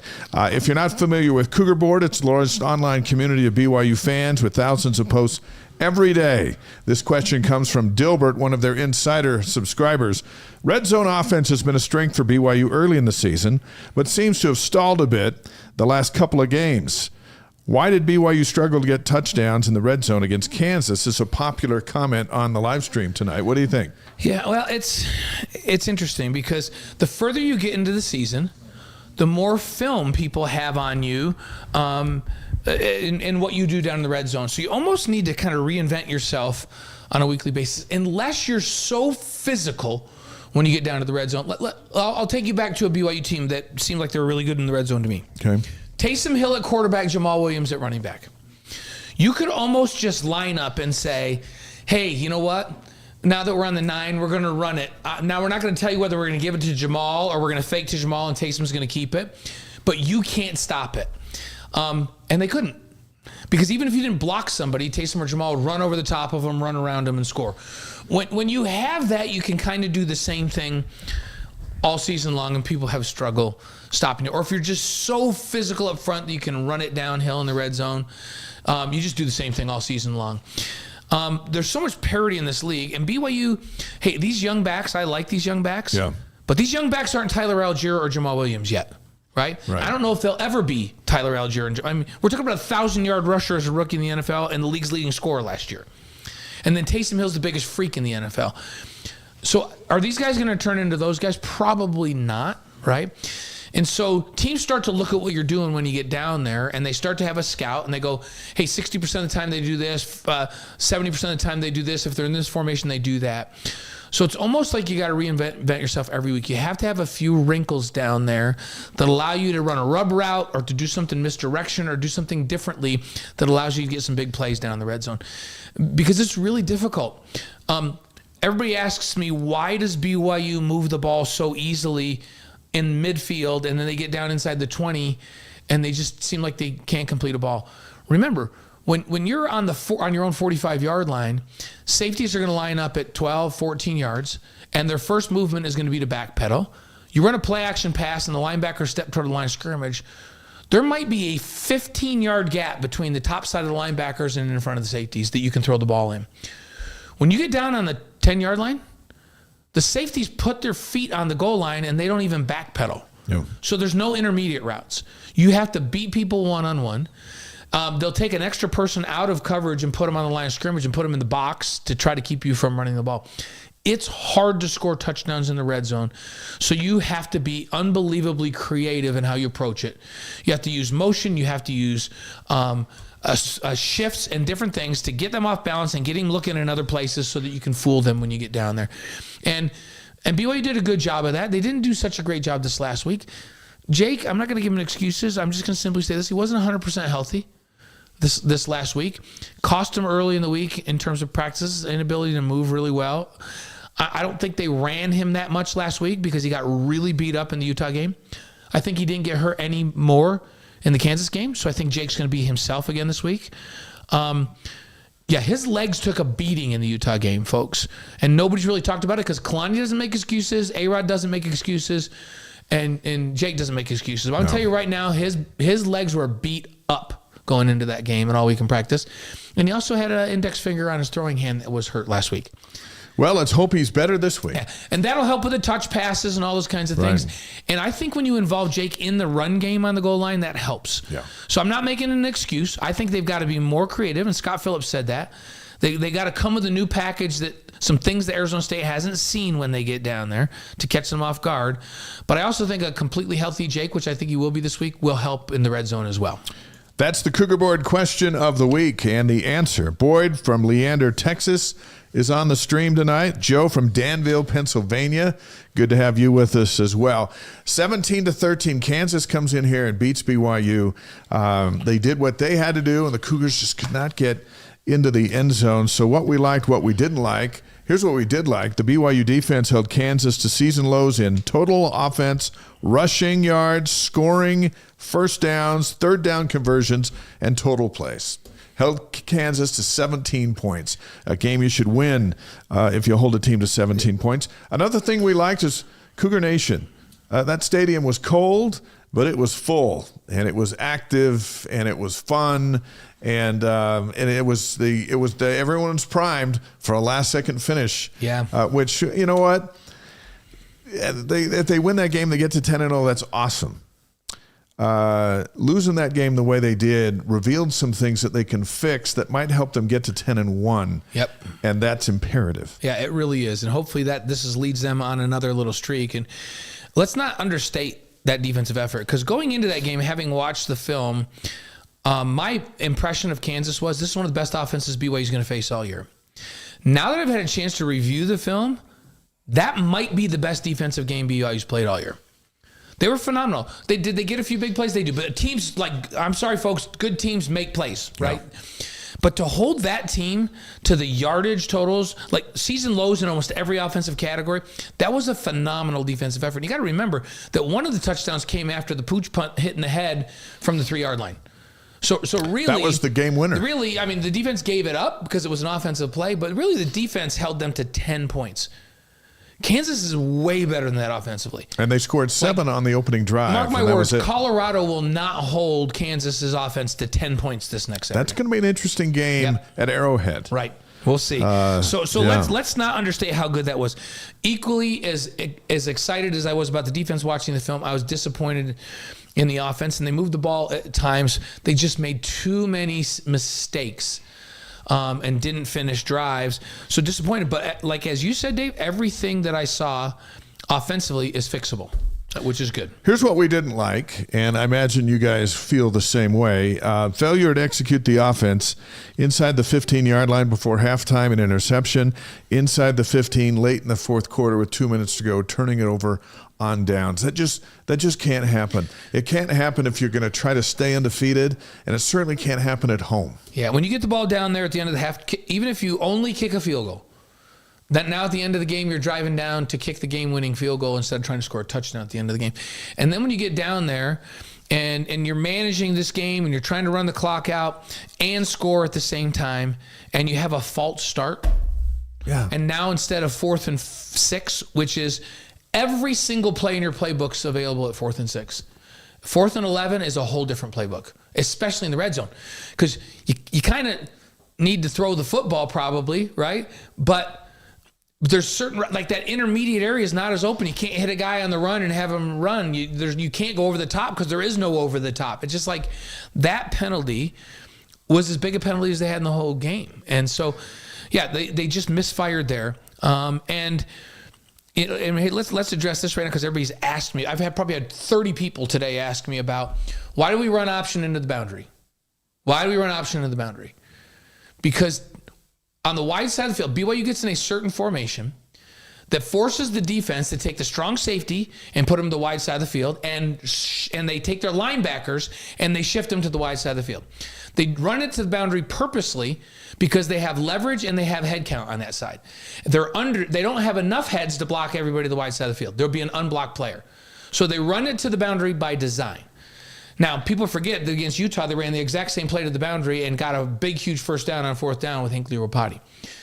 The difference this time is 3 guys failed on their blocks. It's like they had enough people and the right leverage. Now, I do think Jake could have stepped harder to the defensive end that you don't block to tie him up a little longer. You let the DN slow play it. But Keim has done an unbelievable job of sealing that outside backer. We didn't seal the outside backer. Darius Laster, how many times this year have we said, and look at this block downfield by Darius Laster? The corner jumped it, and they didn't block the corner. So they didn't block the corner. They didn't block the outside linebacker. The quarterback didn't step to the defensive end as well as he should have. If they block, they have the right numbers and the right leverage, the right angles. If those guys make their blocks, then Hinckley gets the pitch, and he probably goes 7 or 8 yards. And probably maybe does what he did against Utah. So it wasn't, took that pitch and went around the corner for 15 yards. It wasn't a bad check by Jake. When they got in that formation and they shifted to the strong side of the field and they moved another player to the strong side of the field, Jake goes, I have numbers. We have leverage. We can get a positive yardage play for at least 5 yards. Yeah. But everybody has to block. So it wasn't a horrific call. It didn't work. It's not stupid to run it into the boundary. But when you run a play, you have to execute the play. Yeah. And they did not execute. That was the problem most of the night, is the execution. We also didn't like the poor preparation in practice, which Jake, Chase Roberts, even Tyler Batty talked about our post-game show. There was, when you don't execute, there's a direct reflection into how your week went. It doesn't matter if you're an accountant, a broadcaster, a football player. If you didn't do any prep, then it comes back to bite you in some different ways, like a simple, I missed my block. Yeah. I wasn't thinking about this, and this is why this didn't play. We also didn't like the fact that the weather canceled the drones. Yeah, that was so bad. that was kind of a bummer, too. And we talk about that preparation. Remember they had, and I mentioned Jake's a little beat up. Okay, that's fine. Keim, who's been so good at right tackle and just has been in this offense for so long, he's a leader out there. You replace him. So it was imperative that they have an unbelievably focused, effective practice week. And to hear from the players that, we were kind of flat during the week. It wasn't a great week of prep on the offensive side. It's kind of a bummer. Defense obviously prepared well, and they had maybe their best game. But it's kind of a bummer, because that's a game that against that team, BYU is a better football team than Kansas when they execute completely. And so here's the good news. I think the offense, everybody's paying attention this week. Yeah, I think it'll be. And I think that they recognize that there's a lot on the line this week. It's the biggest game, one of the biggest games in the country this week. And I think preparation will be really good. And I think Kalani can put the chip back on their shoulder and say, nobody respects you. You're an underdog to Arizona State. You dropped 7 spots in the polls. It's time to go make statement number 10 this week for a 10th win. And if he has their focus, I feel really good about what they can do down there. Wrote a column in the Desert News today on humble pie. BYU just ate a big slice of it. And now we'll see. Humble pie can sometimes ruin the whole holiday season. That's right. But because you want pumpkin and cherry and pecan and whatever others. But we'll see. We'll see how they bounce back. Here were your 3 keys to beating Kansas. We like to hold you accountable for. Right. Number 1, keep Daniels in the pocket. Use the Arizona plan. Daniels had 169 yards passing and only 15 yards rushing. Phenomenal. We'll give you a check on that. We'll give him double check on that. Phenomenal job. Win the turnover battle. It was 3-1 for Kansas. Give him a double minus. Double minus. And the pooch punt was the killer. Yeah, that pooch punt. We're going to show that on after further review. Who do you blame on it, really? And I don't even know if you can blame anyone. You can't blame anybody. That's just like one of those plays, but it was so devastating. But they get a double minus on that one for sure. And then 3, sustained drives, score touchdowns in the red zone. They got in the red zone 4 times, just 2 field goals. Yeah, and Kansas was perfect in the red zone. So you don't get a check on that. Yeah, Kansas gets a check for that, but BYU gets 2 minuses. By the way, don't miss tomorrow's episode of After Further Review. We're going to break down the Kansas game, including the pooch punt from all of our angles, and we'll just kind of commiserate a little bit. Yep. And then regroup and refocus just as the team's doing. We'll get ready to go. We'll preview Arizona State. AFR streams tomorrow at 5 Mountain Time on the BYU TV app and ESPN+. The Big 12 standings are as such as we sit here on a Monday night. Yeah, so BYU Colorado tied for first place at 6-1. Which is funny because Colorado and BYU, nobody talked about at the beginning of the season. No, There's a little talk about Colorado because they didn't talk about Deion. Arizona State either. They were picked 16th. Yeah, and so here we are with BYU and Colorado tied for first. Arizona State is in 3rd place right now, tied with Iowa State at 5-2 in league. And we should mention that Utah's all alone in 15th place at 1-6. 1-6, 15th place. Can Utah go do a favor to BYU and beat Iowa State this week though, up at home? I don't know. They got to score some points. then they've got to figure out how to hasn't been score easy some to do. points. Stone Cushing is going to join us here in just a few minutes, the closer on the BYU baseball team. Here's this week's big games in the Big 12. These are according to the AP Top 25. Of course, 14th ranked BYU at number 21 Arizona State, 1:30 on ESPN Mountain Time. At the same time, number 16 Colorado is at Kansas at Arrowhead on Fox. So you just kind of use the remote. Yeah, you and I are in studio doing pre, post, and half. So we're gonna have the split screen going. We're gonna watch them both. Oh yeah, they're both big. Yep. Iowa State is at Utah. That's at 5:30 Saturday night on Fox. So, like, if you're a BYU fan, you should be rooting for Kansas to beat Colorado, right? Or not? Or do you not care about that one? But you certainly want Utah to beat Iowa State to eliminate them. I think maybe you let Colorado win so you can play a highly ranked Colorado in the Big 12 championship game, but you want Iowa State to go down. And then moving on down, you got Cincinnati at Kansas State. Kansas State, it's been a bit of a disappointment in recent weeks. They've totally collapsed. Yeah. Baylor's at Houston. Houston's really struggled. I'm interested in that because BYU has Houston at home on the last week of the season. Texas Tech at Oklahoma State. Texas Tech has shown signs of being really good at times this year, and then Oklahoma State is one that was picked to win the league, one of the ones favorites, and really couldn't accomplish it. Arizona's at TCU, and then Central Florida's at West Virginia to round out the Big 12 schedule. Here are the Big 12 clinching scenarios. BYU can clinch a date in the Big 12 championship game with a win on Saturday and Utah defeating Iowa State in Salt Lake on Saturday night. So that's what you should be rooting for. Colorado can clinch a date in Arlington with a win over Kansas and wins by BYU and Utah. So for Colorado, it could very well go into the final week of the regular season.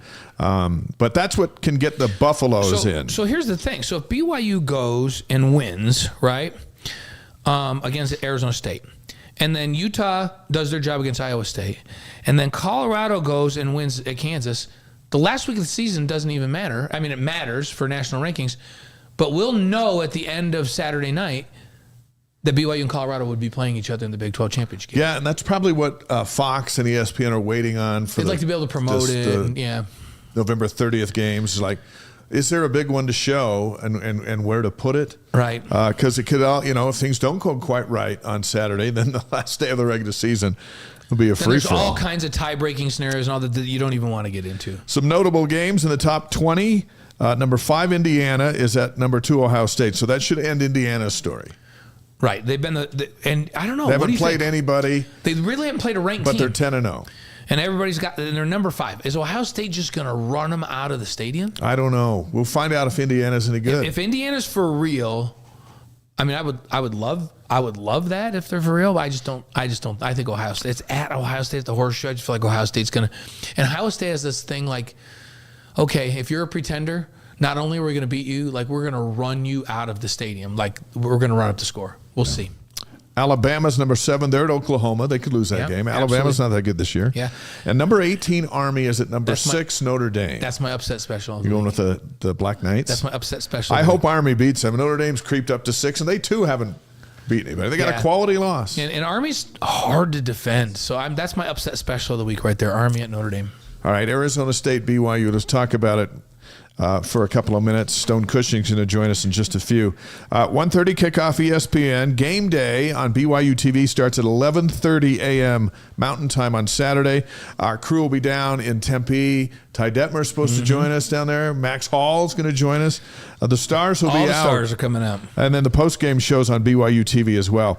Here's the unis. Royal helmet, white face mask, white jersey, royal pants with the white trim. That's going to be pretty sharp. Very classic look. It'll look the good. Sun Devils will be out in their maroon and yellow. Yeah. How about sunny, high around 78? I could take some of that right now. Sounds fantastic. Can we go do the show? Can we do pre and post down there instead of in our studio? Yeah. Arizona State's favored by 3.5. Yeah. And that's interesting. It opened up like I think 1 and it went to 3.5. We'll see where that goes. But you know what? Arizona State's playing really well. They went and forced turnovers and won at Kansas State, so they're going home. Why wouldn't they be the favorite? Well, and Sam Levitt, their quarterback, he seems to be getting better. Like playing, he's a freshman quarterback. He's very athletic. He's got a big arm. He's a really good player. Early in the season, making some freshman kind of mistakes, but he just seems to be getting better every single game. And so I think if BYU is to win this, and I agree with a bunch of that panel that came on with us, they need to stop Scatterbo from controlling the run game because they need to make it hard on Levitt. They need to make Levitt, a freshman, carry this thing. They need him to throw them to a victory, and then they can pin their ears back and come after him and get in his face. Because as great as he is, he's still a freshman, right? So if Scatterbo can't, if they can be dominant in the run game and then they can just play action pass off of that makes it easy on a young quarterback. 29th meeting, Sun Devils lead 20-8. BYU's won the last 3. They beat them 27-17 here in 2021. That was Tyler Algiers' punch out. We'll show that a million times on game day. The last time in Tempe, BYU beat them 13-10 on a fourth quarter field goal. That was back in 1997. These were big rivals in the old WAC days before Arizona State left the league. So before we get to your keys, you mentioned Sam Levitt and Scatterbo. We've talked about them. They're both really good. Levitt's got a connection here. His brother Dallin played at BYU. Right. He played at Pleasant Grove High School before moving over to Oregon, went to Michigan State, then went in the portal, and then went to Arizona State. So, he's been around. He's a journeyman. He's playing really well. And Scatterbo and Jordan Tyson is his big threat. Had a big game against Kansas State. But the BYU defense, this is leading into your keys, right, is number 1 in the Big 12 in total defense, passing defense, turnovers gained, passes intercepted, and they're number 2 in scoring defense. That's in the Big 12. This is the same league we were in last year when we weren't near anywhere close to the top. Exactly. And now this defense is number 1. Utah, take a step back. BYU's defense is the number 1 total defensive unit in the Big 12. Did I not predict that in the offseason? In year 2 of Jay Hill? I'm sure you did. Yeah. So, and they're playing extremely well. So all that being said, what are your keys to winning Saturday? So I think you need to play aggressive and physical on defense. When I watch Arizona State on film, my take is, wow, this is a really physical downhill running football team. Scatterbo is a low to the ground, physical dude. Like, he wants to run downhill. They play single back, old school. They run counter and power. They run a lot of zone with him and let him pick the spot. And he finishes runs with a low pad level and just runs over people. So I think BYU needs to match that aggressive physical style up front. And I think they can. I love BYU's front 7, those front 4 and the backers. And so, as mentioned, when you play physical up front and you don't let Scatterbo run the football, you shut him down. Now you make Levitt carry the team and you make it be a throwing team, one-dimensional. Now you're in a good position to win that game. All right, number 2. Finish drives with touchdowns.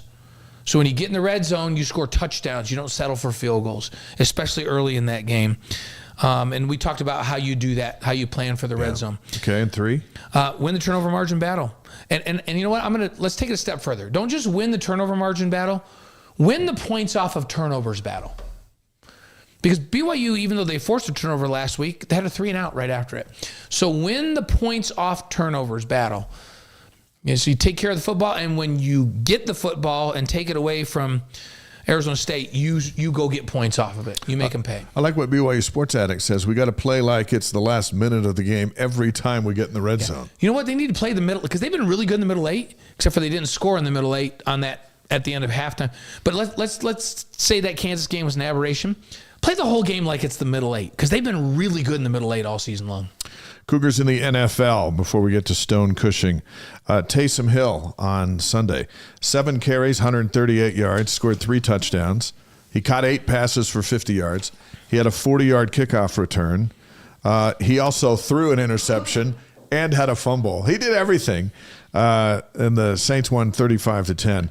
But Taysom becomes now this elite group here. Only 2 players in NFL history to have 30 rushing touchdowns, 10 receiving touchdowns, and 10 passing touchdowns. He also becomes the first player in NFL history with 100 yards rushing, 3 rushing touchdowns, 50 yards receiving, and 10 yards passing in the same game. That just happened yesterday. Phenomenal. He's the most freakish athlete I've ever seen. Like, it's crazy. Did you see that their quarterback Carr was talking to Taysom's kids after the game? They're down on the field, and he said to the kids, "Your dad's the greatest football player I've ever seen in my life." That's what Carr said. Yeah, which is like, he's seen a lot of players. Yeah, he's seen a lot of players, and my goodness, you know what? Taysom's getting older. but he's not slower and he's not easier to bring down. Yeah. Oh, he's just gotten tougher as he's gotten older. That 75-yard run he had, he turned the corner, and he just left corners and safeties in the dust. Like the fire coming out from under his feet was singeing their eyebrows as they fell further and further back. Puka Nacua, he's back healthy, 7 catches, 123 yards, had a phenomenal touchdown. Hey, you know, when Stone comes on in just a little bit, I want to know if he would pitch Taysom different than he's going to pitch me. I'm going to ask him how he's going to pitch you. He's going to pitch me, and I'm probably going to hit it, but Taysom might just... I don't think you are going to hit it, but Taysom might just go might opposite field and just drive that thing out. All right, well, so I want to know if Stone would approach Taysom different than me when we get. Here's the Sunday lineup: the Chiefs with Kingsley Suamataia and Andy Reid. They suffered their first loss. They're taking on the Panthers and Brady Christensen. The Cowboys are at the Commanders with Michael Davis playing corner. That's going to be a good day for the defense. The Cowboys are the worst. Yep. Lions at the Colts. Blake Freeland. Yeah, and the Niners with Fred Warner, best linebacker in the National Football League, at the Packers. They got to be careful. They're going to miss the playoffs. I know. Craziness. Kyrus Tonga, who was at the game the other night for the Cardinals, they're at the Seahawks. That's right. The Broncos and Zach Wilson are at the Raiders. They need to play Zach, for Pete's sakes. Yeah. The Eagles, and didn't they win big, the Broncos? Didn't they kill somebody? Yes. The Eagles are at the Rams Sunday Night Football, so Puka will be prime time. That'll be great. Yeah, and then Monday Night Football this week, the Ravens and Kyle Van Noy, he just defies Father Time, is playing amazing at the Chargers. So that's the lineup for the NFL as we head into a really great football time of year as Thanksgiving gets closer, and then there's games just all week long, and we've got Cougars. There's about one in every game. It makes it exciting. It's really fun. And they're impact players. And they're very visible. Like we were just talking about that. I was talking about that with my boys this last week. BYU's NFL guys are all really visible. Like everybody knows who Puka is and who Taysom is and who Fred Warner is and who Kyle Van Noy is and Jamal Williams. They're very, very, and Tyler Algier for that matter, because he's made such an impression as a rookie 1,000-yard rusher.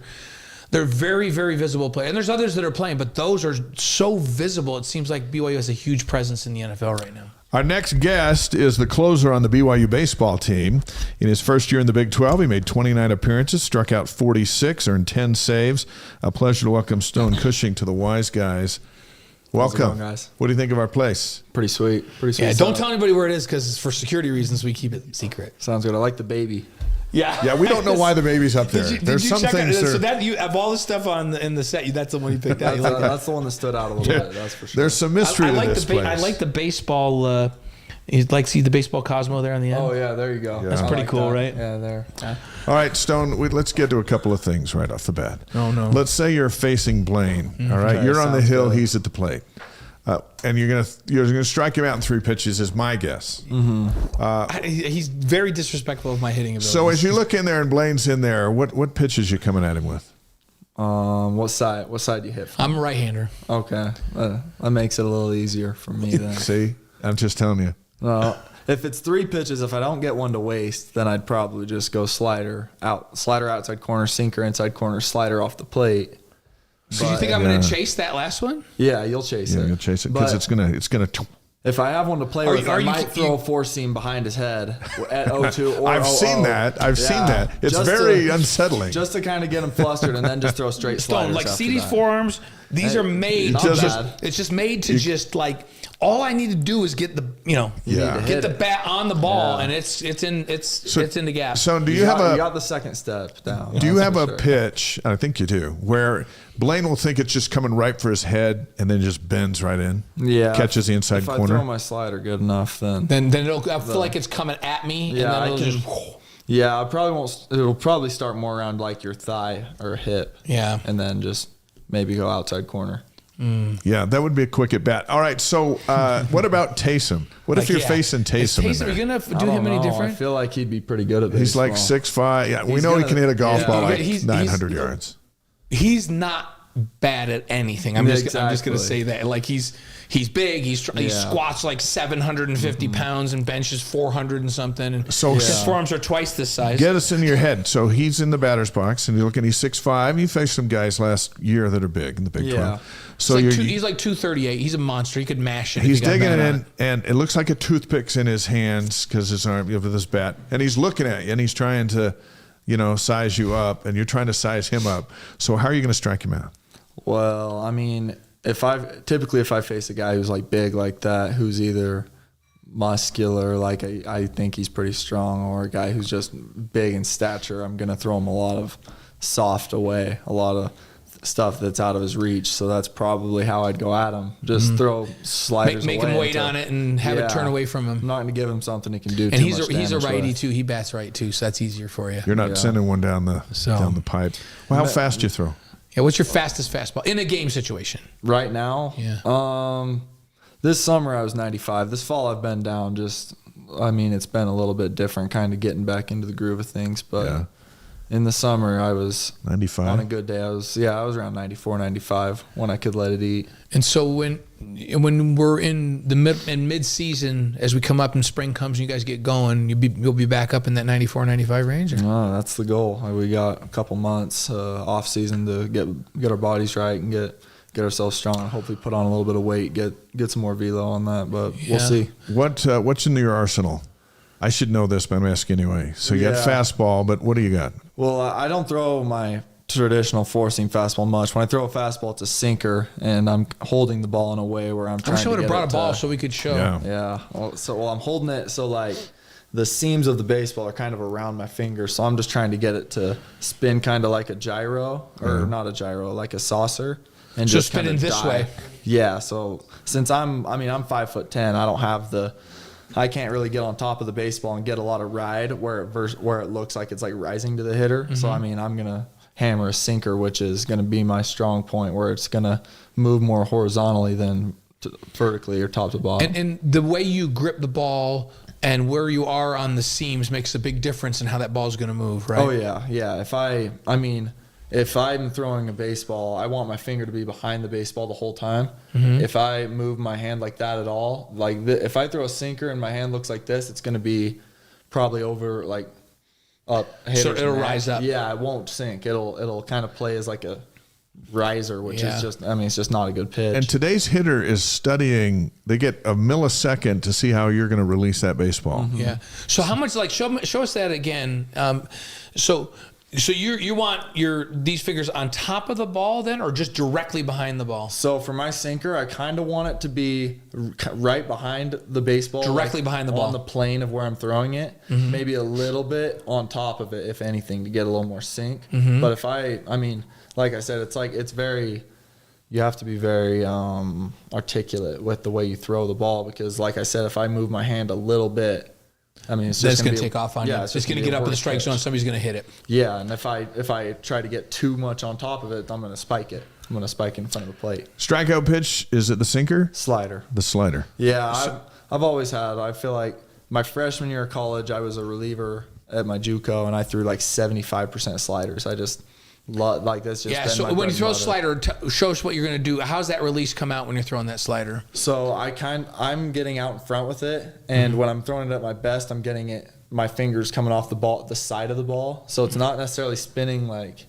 that. It's spinning more of like a gyro and getting so it's coming at you like this, and the spin is clockwise, right? Mm-hmm. I want to get it like a really tight circle or a really tight dot on the ball. And I want it to come out looking like my fastball. So it's not coming out on a loop. It's coming out hard like a fastball, and then it's just the last minute takes off. Just dives. And they swing and miss. Mm-hmm. Yeah. I've seen it many times. Yeah. So I don't have a lot of guys will get a sweeper is what it's called, and it's moving like this much. Like I'm never going to be a guy who's going to get a pitch that's going to like naturally move that much.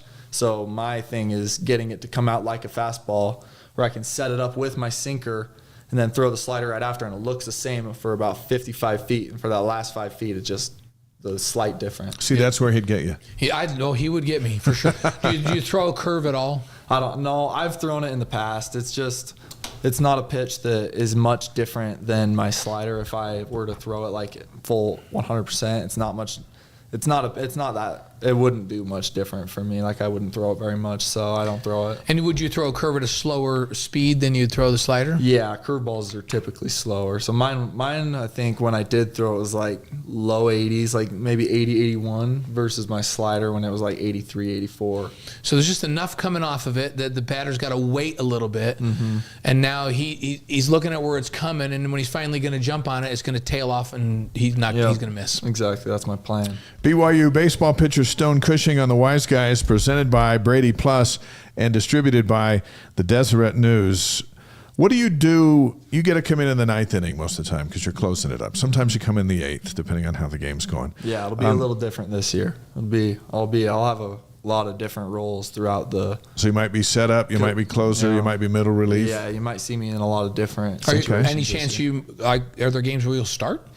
Maybe. Or always be. If the team needs it, I'll do whatever. Yeah. I kind of just told my coaches that whatever needs to be done, I'll do it. I'll do whatever they ask. So whatever happens. I just want to be ready for whatever role I can help us win. Take us inside your head when you're on the hill. Let's say it's the ninth. You're trying to close it out. To what do you do to maintain the mental edge over the hitter who's trying to do the same to you? Well, it's tough. It's like you can lose focus for a millisecond and your whole inning is changed. So, when I get in there, I do my thing. I throw my warm-up pitches. I do my thing behind the mound, whatever I do. But, I got to get to the point where I don't have a single thing going on up top. I'm not thinking about the pitch. I'm not thinking about anything. I'm just playing baseball at that point. Yeah. You just kind of got to zone everything out, especially, every stadium we played in, even especially Miller Park, it gets so loud, especially in the ninth inning. So you got to kind of find a way to block all that out and just zone in. It's hard to be a closer. Yeah. You look around at Major League Baseball, and that's with the thrill of victory, the agony of defeat, it's all right there coming out of it's in your bullpen. hands. Hey, describe the thrill. You just kind of talk to us about what you want that slider to look like. So now it's a big inning. The batter's up. The third out is up at the plate, and you throw that slider, and you've now outsmarted him because he sees fastball. He's thinking fastball.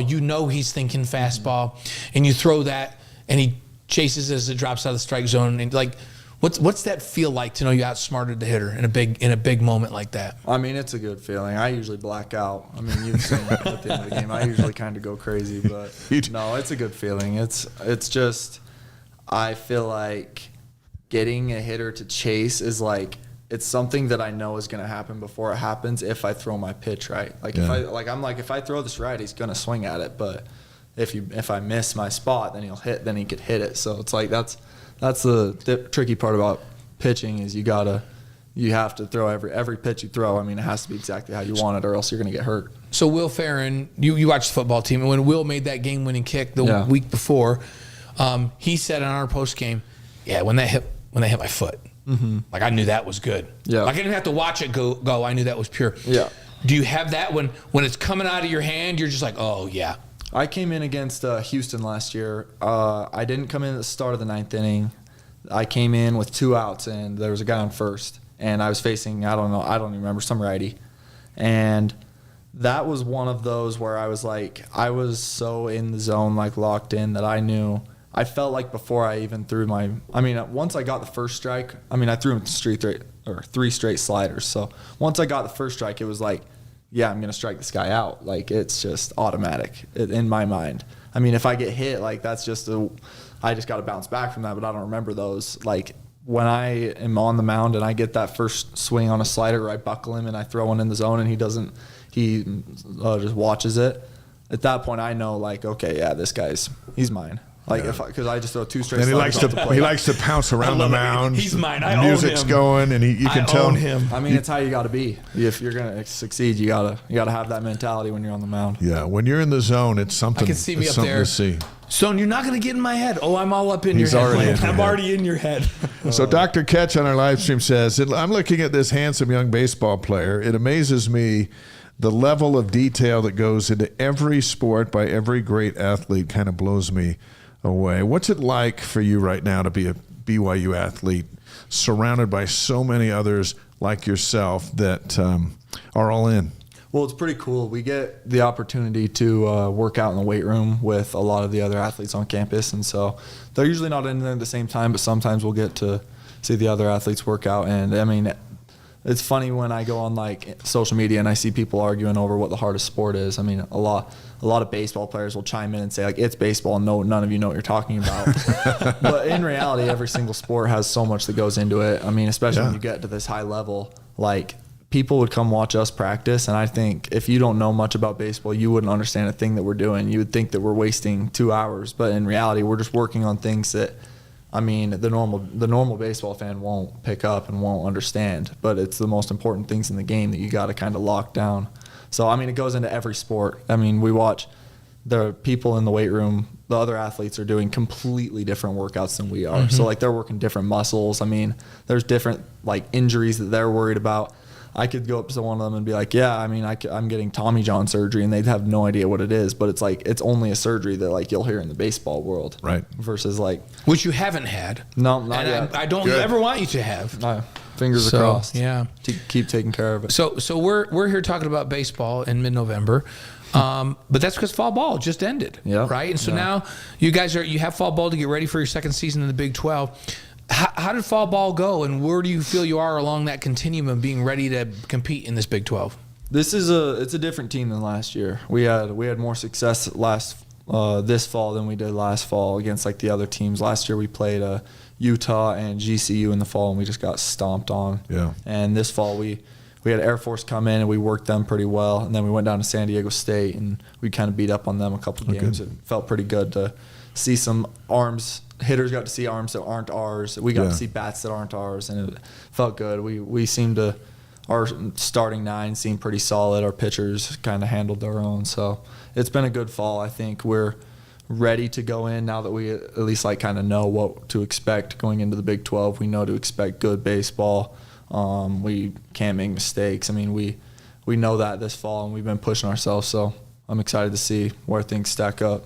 Think back to last season, the debut season in the Big 12. There were just little things here and there that would cost games or series. How big of a learning moment was that for the preparation? You have Texas and Oklahoma, but you got the Arizona schools. You got some other schools in that are going to liven things up for this coming schedule. What did you learn last year that's going to help you be a better pitcher this year? Honestly, it's all about kind of just being confident. I feel like last year we kind of, once we started losing, I mean, we kind of got on this downward spiral, and it just was kind of too hard to get off. So it just kept going. I mean, we had a couple good series wins, one over Houston, one over Texas. But, right. I mean, we made a lot of mistakes that I think that it's just not like something that we can like fix. We just have to go into this season with a completely different attitude, kind of go and handle our business, because we have a really good team. We have really talented players on our team.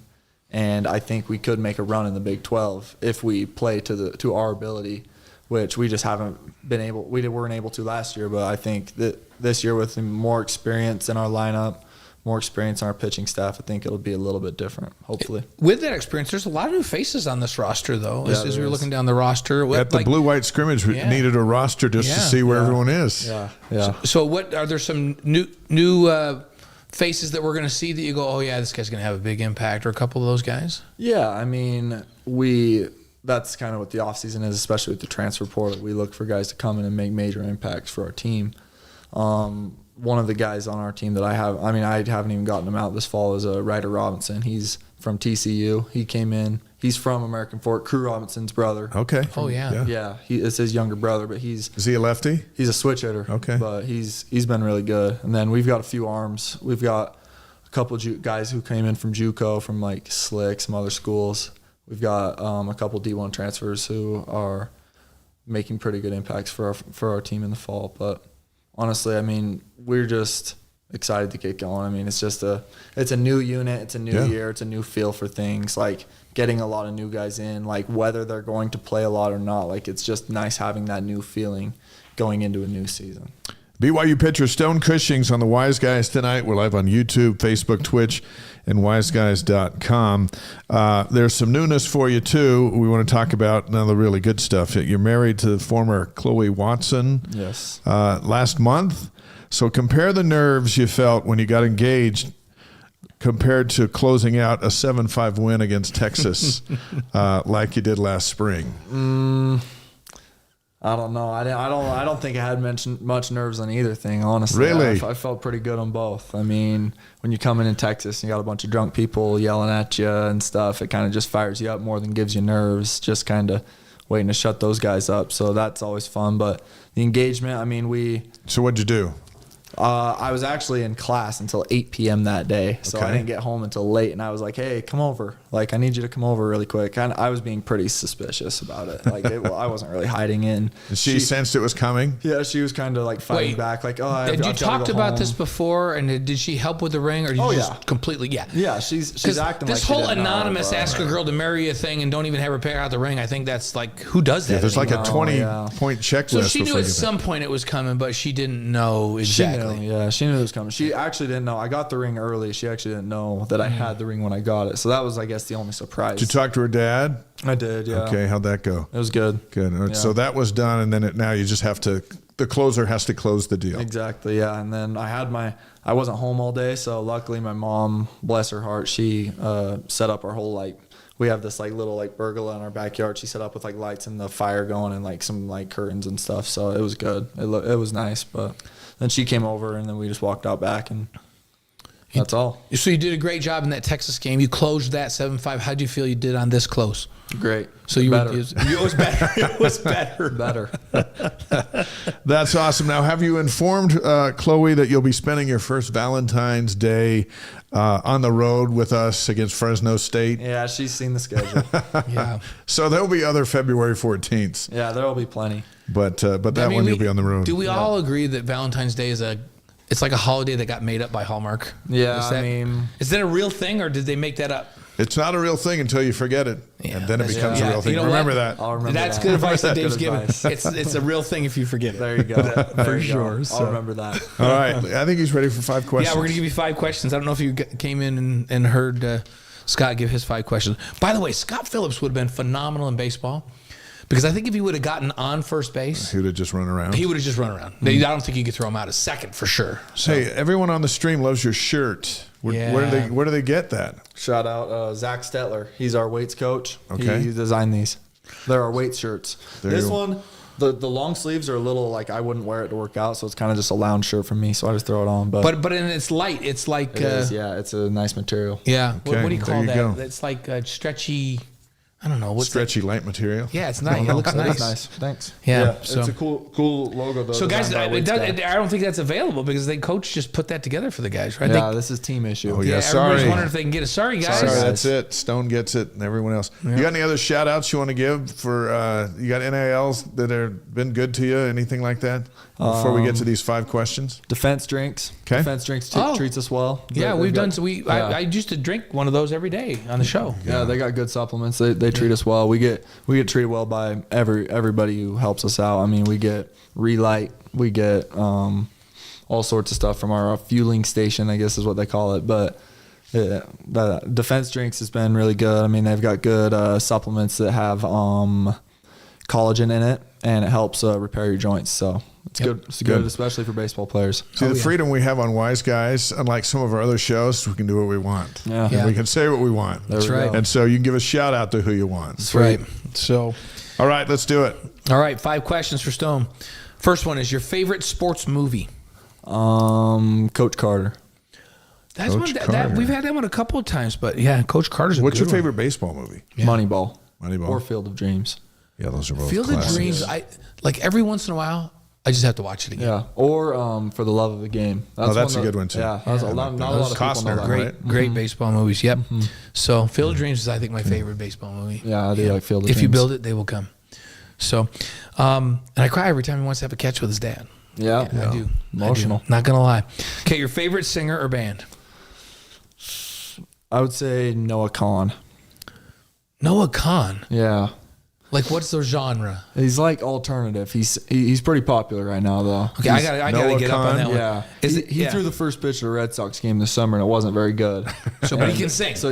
But he can sing. Okay. So I've heard of Shaka Khan, but now there's a Noah Khan. I'm looking him up. Whenever people come on, they tell me when I'm not familiar with. When you're in the back of the bus, you're listening to Noah Khan. Yeah, it relaxes me. All right. Yeah, I'm not a fiery guy off the field. I like to stay relaxed. So he's kind of chill alternative. Yeah, chill music. Yeah, somebody I go look them up. I looked up Common Kings, and they're awesome. Have you ever heard of Common Kings? Mm-mm. You check them out. I'll check out Noah Khan. You check out Common Kings. Common Kings sounds good. I think you'll like it. Okay. Sounds good. Favorite breakfast cereal? Fruity Pebbles. Now we're talking. None of this. I'm going to eat bran flakes with raisins on it. No thanks. And you will know this as a veteran that you got to eat those fast because they go soggy real fast. Have you ever had, Rice Krispies treats? Mm-hmm. You can make them with Fruity Pebbles. Yeah, my wife actually does that. She's done it like twice since we've been married. It's phenomenal. It is good. Yeah. Oh, okay. See, that's a good wife right there. You married the right person. Yep. That's right. Your favorite pitch to throw? Slider. Yeah, I figured. Or sinker. I've gotten to. Somebody was saying better at throwing my sinker. That he says, does he actually throw a fastball? Because he say he doesn't throw it that often. You do throw just a straight up fastball once in a while, right? Yeah, so I do. It's usually kind of like I'm going to throw this as hard as I can. We'll like 0-2. I'm going to throw it as hard as I can and try to get a swing and miss at that point. So your goal is 94 low over the plate. Yeah, my sinker is like a fastball though. So it's basically a two-seam fastball is what it's called. But like I call it a sinker because I'm purposely trying to sink it instead of just getting that tail, I guess, that a two-seam gets. Before Blaine asks you this last one, let me ask a follow-up. On when you're about to throw the slider, all right, do you ever stop and think to yourself, if this doesn't slide, I'm going to hit this guy right in the head? You throw yours lower, no, though. Because if I think about that, I already lost. It's you never start that slider up that high, though, right? You start it low, like on his hip, right? Yeah. But a pitch that can just get away, it's like if it doesn't go right, it's going to go wrong. It's like, say, you're chipping by a lake, and you think to yourself, I better not chip in this lake, and then you chip it in the lake. That's what I was going to say. So, at that point, you already lost. Right. You already did it. So I ask you because it's hard. You're like sitting there going, you're about to wind up and fire a thing 95 miles an hour, and it could kill somebody. Yeah. Or it could just go right where it's supposed to go. I don't even want you to ever think about this conversation. We're in the off-season. I don't know what he's trying to do right here. Like, we don't ever think about what he just said. I'm just saying, do you ever sometimes go, hey, I'm going to fire this, and if it doesn't go right, there's going to be some trouble? No, I've thrown enough baseballs to know, like, if it's in my hand, if I you might get the benches to clear. I know where it's going to go. Do you ever think, this dude needs to get back off the plate, so I'm going to throw this thing inside and a little high? Ooh, yeah, no, absolutely, yeah. I mean, you have to. I mean, going back to the nerdy baseball talk again, but you have to command the inside part of the plate. Because you own the inside of that plate. Because, I mean, hitters typically aren't looking inside because if you look inside, you won't hit anything else. Right. So, like, they're looking out over the plate. They're not looking for something hard inside. So, I mean, if you can command that, then you already win. I think Kramer on Seinfeld threw and hit Mickey Mantle because he was crowding the plate. And he said, I own the inside of that plate. That's right. Well, what movie was it where they had to throw the high stinking cheddar? What was that movie? I don't know what that was. Probably the guy was in the cage. Probably Major League or something like that. No, it was like Rookie of the Year. One of those old kids was. He throw them the high stinking cheddar. So, all right, here's number 5. This is the most important question of the night. Sounds good. What's your favorite thing about Chloe? You didn't see that coming, did you? I didn't see it coming. That's how we work. And we know that she makes the Rice Krispie treats with Fruity Pebbles. That's pretty cool. No, she's my best friend. We spend every minute together off the field that I have. So I mean, that's my favorite thing is the fact that I go home and get to hang out with my best friend all day. So that's good. That's good. Did she an athlete at all? She play sports growing up? No. She was a cheerleader in high school. So yes, she was. Jay, let me tell you something about cheerleaders. An athlete. She cheered in high school. That is a sport. If there's no cheerleaders, take it from the dads who pay insurance. They treat it like a sport. If there's no cheerleaders, is it really a game? Not really. Exactly. Yeah, so none of our games are games. So. Stone Cushing, hey, we look forward to seeing you playing. We'll be out there with you in February, and awesome. Yeah. Have a wonderful Thanksgiving as a newlywed, and the holidays, and thanks for coming in tonight. Awesome, thank you guys. Thanks for answering 5 questions. Stone Cushing, Thanks, he will be on the hill, whether he closes, sets up, or whatever. Yeah. We'll see plenty of him as BYU gets into the Big 12 for the second. And do we remind season. people that our 5 questions, as always, is sponsored by Strategy Square? Yes. So we love our partner, Strategy Square. Let's dodge into some campus notes as we head down the home stretch on Wise Guys tonight.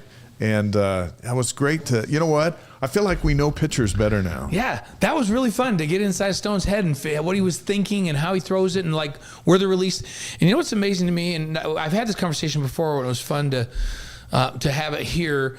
But he's talking about if my fingers are behind the ball, directly behind the ball, and my release is here. Yeah, it's gonna go exactly where I want. But if I go right here, like that's like a half an inch and at most an inch.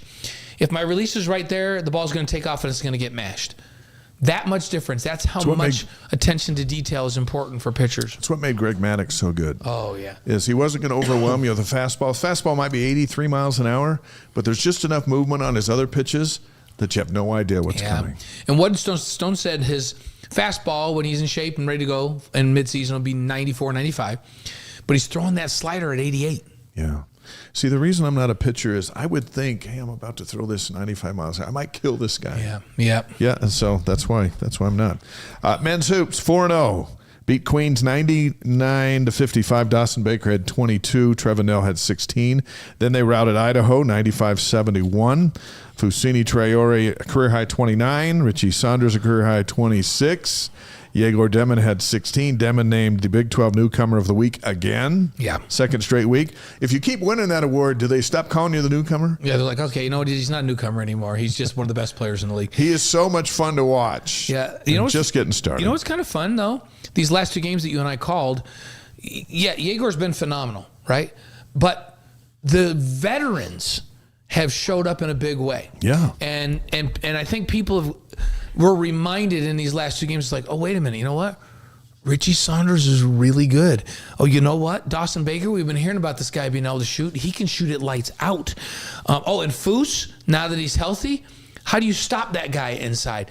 And so it was nice to see the veteran core, which Kevin Young's been telling you and I about all year, getting ready for this, or all fall, getting ready for basketball. These guys are going to be a core part. And we hear so much about Yegor, and well-deserved, and about Canning, and well-deserved. But wasn't it nice to have those veterans really step up and show what they can do? Yeah, and we think we might see another veteran, Dallin Hall, make his debut this next week in that game on Saturday against Mississippi Valley State. Kay Bakeda, we saw him go down with an ankle injury. It's a sprain. It's not worst case scenario. He might miss a little bit, but we'll be charging back. They'll need him against Ole Miss on Thanksgiving. So if we don't see him Saturday, that's okay, but we know that it's not serious. Right, and that's the good news. Hey, the AP Top 25's out. Kansas still number 1. Iowa State's 5. Houston 7. Baylor's 13. Arizona 17. Cincinnati's 18, and BYU's receiving votes just outside the top 25. That's so ridiculous. they're 4 spots out. What you just said was ridiculous. This is their like. I'm not giving you the top 25. I'm giving you the Big 12 teams that are ranked. It's insane because BYU's going to be in the top 25. 1, They're just going 5, to join 7, this group. 13, 17, 18, and BYU will be in that top 25 before it's all said and done. Nuts. This week, Mississippi Valley State's at BYU. Saturday night at 7 Mountain Time on ESPN Plus. You and I will be on the call. So we got a doubleheader. We're going game back-to-back day, doubleheaders. the game, post game, and then hoops Saturday night. We just did a doubleheader last Saturday, and we're going to do it again. To pace ourselves. I like this doubleheader better. Yeah, I do too. Because it's one, we're not going to be out in the cold. Right. And we're going football in the building next door because we're in studio, and then we're just going to walk next door. And so do imagine the game. buzz of a win against Arizona State, and then that sold-out Marriott Center crowd. So fun. That night. We're just asking these teams to give you and I that gift that we get to for the holidays. That we get to call 2 wins on Saturday. Yeah. So let's do that. Talk about women's hoops. They beat Colorado State 69-55. Delaney Gibb with 19 points in that one, and then they beat Idaho State and Pocatello 77-68. Gibb with 22 in that one. She's been phenomenal so far, and everything as advertised. This week, McNeese is at BYU. That's tomorrow at 7 p.m. That one's on ESPN Plus, Mountain Time, of course. And then Northern Colorado at BYU on Saturday at 3 p.m. on ESPN Plus. Women's volleyball, they're 16-8, 9-5 in the Big 12. 11-3 at home. Today's national ranking has them at 24. They swept the road visits to UCF and Houston. This week they're home Cincinnati Thursday night at 7 Mountain Time, West Virginia on Saturday night at 7 Mountain Time. Both games on ESPN Plus. Yep, I'm going to that. I'm going to that Cincinnati game on Thursday night. I'll be there. And then we'll have volleyball and basketball at the same time on Saturday night. Fortunately, the Rock is big enough to cause a ruckus in both places. There's enough rock for everybody. Yeah. So, cross country. I always love when we talk about cross country because you know what I love to say? Hey, the men and women are both ranked number 1 in the country. That's amazing. It's great. They swept the NCAA regionals in Reno, Nevada. They didn't even run everybody. No, because they were holding out won. because they got to go win nationals. NCAA championships are Saturday in Madison, Wisconsin. By the way, 8:20 a.m. Saturday morning, Mountain Time for the women, 9:10 a.m. for the men on ESPNU, so you can watch them. I hope they're they have a going great for race, it all. Because how sweet would that be for them to bring home two national And how championships? improbable would that be? It's amazing, is what it is. So let's see. It's going to be a super Saturday. Diljit and Ed doing an unbelievable job. So pretty fun. Women's soccer finished the year at 9-7-5. Lost to Santa Clara in the first round of the NCAA tournament. A cold night on Friday. Rebuilding year after putting 6 players in the pros. Qualify for the NCAA tournament, which is what Jen Rockwood does. They'll be back better next year. Now with experience. There'll be experienced talent. This year was talent. When talent meets experience, Jen goes to Final Fours. And she'll be on with us in August talking about the new group. They started the year, I think they were ranked 3 or 2 in the polls. Yeah. They finished they were ranked 19th going into the NCAA tournament. And losing to Santa Clara, who won the WCC and got hosed by having to go on the road. That's a tough opponent. I think BYU will still be in the top 25. The final poll comes out. Let's talk a little tennis. Best wishes to Bobo Hong and Kendall Kovic, along with Zach Fuchs and Wally Thane. Both men's and women's represented in the NCAA individuals and doubles championships this week in Waco, Texas. Yeah. So good luck to them. Hope they bring back a couple of trophies. Yeah. Have you watched Bobo play? No. Oh my gosh. I've interviewed her, but I haven't watched her play. She's just so fun to watch. It just feels like a joyful thing to watch her play. It's really, really fun. So good luck to all of them. On this day, November 18th, can you believe we're in November, mid-November? This year's flown by. 2 more games left in the regular season. Every year flies by when you get our age. Yeah. I'm not even going to say what that is, but. And this show zips things by. Hey, Les wants one thing before we go to On This Day. Les, our good friend down in Santa Fe, New Mexico, wants to know if you have any comments on the Tyson fight. Since you've watched some real ones before. Yeah. You watched the ear-biting incident. Yeah, I was right there ringside. We covered him in Vegas. I really wanted Tyson to just lay one big punch and rock Chris Paul, I think somebody Paul, whatever his name was, and I wasn't watching for him. But it was a fun night for nostalgia. Tyson doesn't have his legs, and because you don't have your legs, he couldn't throw those haymakers. I was glad he didn't get knocked down, and I was glad he didn't get knocked out. And it was fun to see his ring walk, but he looked, it was just like a grumpy old man coming in. I've seen him come in as a brute force warrior. But it was fun to see him, and most people wouldn't do what he did, and he did it anyway. And so that's what I thought. I felt bad. Well, how do I say this? I felt bad that he was getting beat. Yeah, me too. But who in their right mind would get in the ring at 57 and even take a few shots? And he didn't knock down. And I think I feel like his opponent probably could have, but what good was he going to get knocking out Mike Tyson? Yeah, Everyone came I'm to see about that Mike age, Tyson. Dave, and I feel like if Brenda just slapped me, I might go out. So it's not good. So I that wouldn't was get in the ring with anybody right now. That was Tyson. All right, on this day, November 18th. Yeah, let's start in 1928.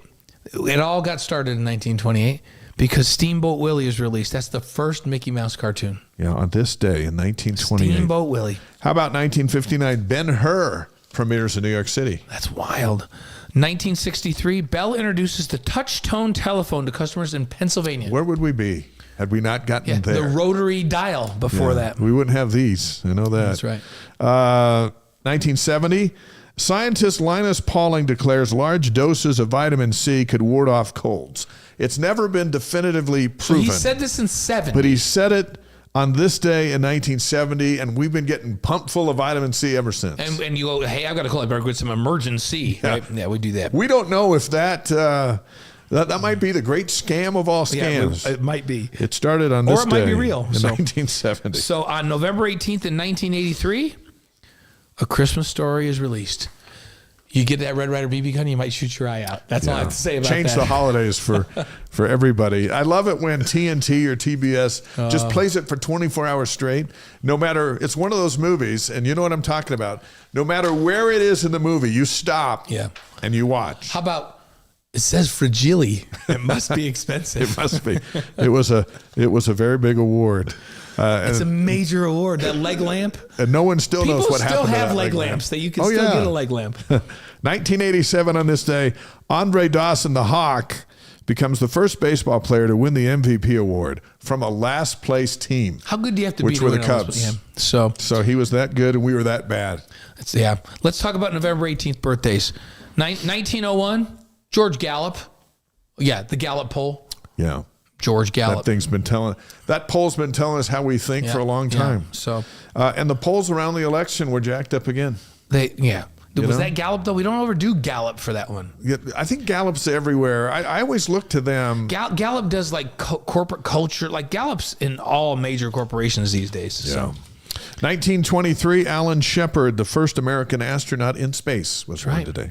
1968, Owen Wilson was born. Owen Wilson. He's in a lot of fun movies. You put him, anytime you put him with, I'm trying to think of who he's best with. Like he's a good. The Wedding Crashers, Vince Vaughn. Oh yeah, you put him with Vince Vaughn. No matter what it is, it's hilarious. I think they were in The Intern. I think they were a bunch of different things. They're always funny. That internship, I could watch that over and over again. When they go do an internship with Google. Yeah, that's funny. Their Googliness was just right off the charts. So 1970, Megyn Kelly, broadcaster. I've interviewed her. She's awesome. She's got her own thing, and she's doing an online thing now, and she's killing it. And she's moving to CBS for a big show, but she's just a fun person to be around. Yeah. Oh, and also on this day in 1978, Amber Whiting was born. Amber Whiting? Head coach of BYU women's basketball. Happy birthday, Amber. Happy birthday. We wish you a win tomorrow. Get to 5-0 for a belated birthday present. Absolutely. How about November 18th deaths? Okay. 1969, Joseph Kennedy. Joseph Kennedy. The father of JFK, RFK, and Teddy Kennedy. That's a lot of Kennedy. Yep. And he's the dad. Yeah, the father of it all. How about 1977, Davey O'Brien? Mm-hmm. The Davey O'Brien Award, by the way, goes to the nation's top quarterback. McMahon, Young, Detmer won it twice. Mm-hmm. Jake Retzloff is one of 16 semifinalists for this year's Davey O'Brien Award. Davey O'Brien passed away on this day in 1977. All right, our Wise Guys inspirational quote of the week is from Russell M. Nelson, president of the Church of Jesus Christ of Latter-day Saints, who said, my dear brothers and sisters, the joy we feel has little to do with the circumstances of our lives and everything to do with the focus of our lives. Isn't that true? Yeah, let's remember that. Special thanks to Scott Phillips, Duane Oakes, and the entire BYU alumni board in the state of Arizona. Yeah. If you missed it, go back and watch it. The whole team. It was like the Brady Bunch. We had them all. It went from Brady Bunch to Hollywood Squares. It grew. And then they all had a chance to give their keys to the game on Saturday. It was one of the great moments of Wise Guys history. Yeah. And if we're going to hold me accountable, I think we have to hold them all accountable. And Stone Cushing, outstanding baseball pitcher. And now that when we watch him play, I'll call his games all spring, but when we watch him now, we know him. Yeah, and you know what he's I'm going to thinking. watch what he's thinking and what he's doing on the mound. I'm going to watch for that 88-mile-an-hour slider to go right at the batter's hip and then drop and turn right as it gets to the plate. So yeah, that's awesome. Hey, don't forget about C is for Cougar, the perfect Christmas gift for every BYU fan, a legend behind every letter. You can get your copy at Deseret Book or order at deseretbook.com. As I said every week, that sits right on my desk. When I'm doing something, I'll pick it up and I'll just breeze through it, and it brings back tons of memories of the greatest players in BYU history. I'm trying to get to the New York Times bestseller list, which I think is absolutely not possible in any way, shape, or form. But hey, you gotta have a goal. If you have goals up here, you got to dream. So you got to dream. If it goes up here. Here's where you can find us this week. I'm on Sports Nation tomorrow. That was a late call. I'm coming out of the bullpen. Oh, good work. So I'll be there in the morning. But tomorrow night, after further review, 5 o'clock on the BYU TV app and ESPN Plus. And we're going to show everything, the big plays, explain why they worked, why they didn't on Saturday, including that pooch punt. Yep. I think I'm looking forward to seeing it from all our angles. Yep. And I've been looking at film to get ready for it. We'll have a good show for you tomorrow. And then Saturday, BYU Sports Nation game day for the football game, BYU Arizona State, 11:30 Mountain. It's on BYU TV and ESPN Plus. You and I will be there, and then come back to us after that game, and we'll do a post-game show. It's the game of the year. Yeah. It really is, and I love that it's going to be played in sunshine with fan bases from both well represented there at Mountain America Stadium. We know a ton of folks that are going. And if you look at the matchup, I've been looking at it statistically, these teams are really similar in yard production and all that kind of stuff. So it should be a great matchup. Should be really fun. Saturday night, join us for men's hoops. Mississippi Valley State, the Delta Devils, will be here. They're playing Kansas State tonight, I believe it is, or Iowa State, one of those two. Wait, is Mississippi Valley State the home of Jerry Rice? I think it is. I think it is. 7 o'clock Saturday night on ESPN Plus. That's where we will be for that. And of course, we'll be back next week with an all new Wise Guys. I love being in big games. We didn't love losing the other night, but the game ended and the post-game show wrapped up. And after the final act of closure will be after further review tomorrow. Then we close the book. But big games are fun to be in, and we're not always in them. But Saturday is a big game with the chance to get to the Big 12 championship. And the Big 12 championship leads to the college football playoff if you win it.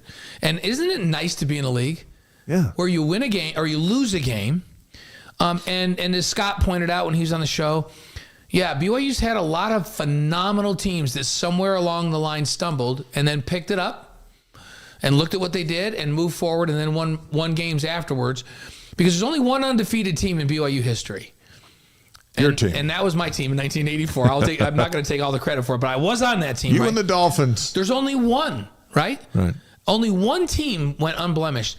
But how many great teams have come through here with 1 or 2 losses? And so, they looked at the film, they broke it down, they learned from it, and they just put it behind them. And now it's all Arizona State moving forward. And let's see what they can learn from that game and go and get a win. They get a win this week and get to double-digit wins in the season to 10-1. Are you kidding me?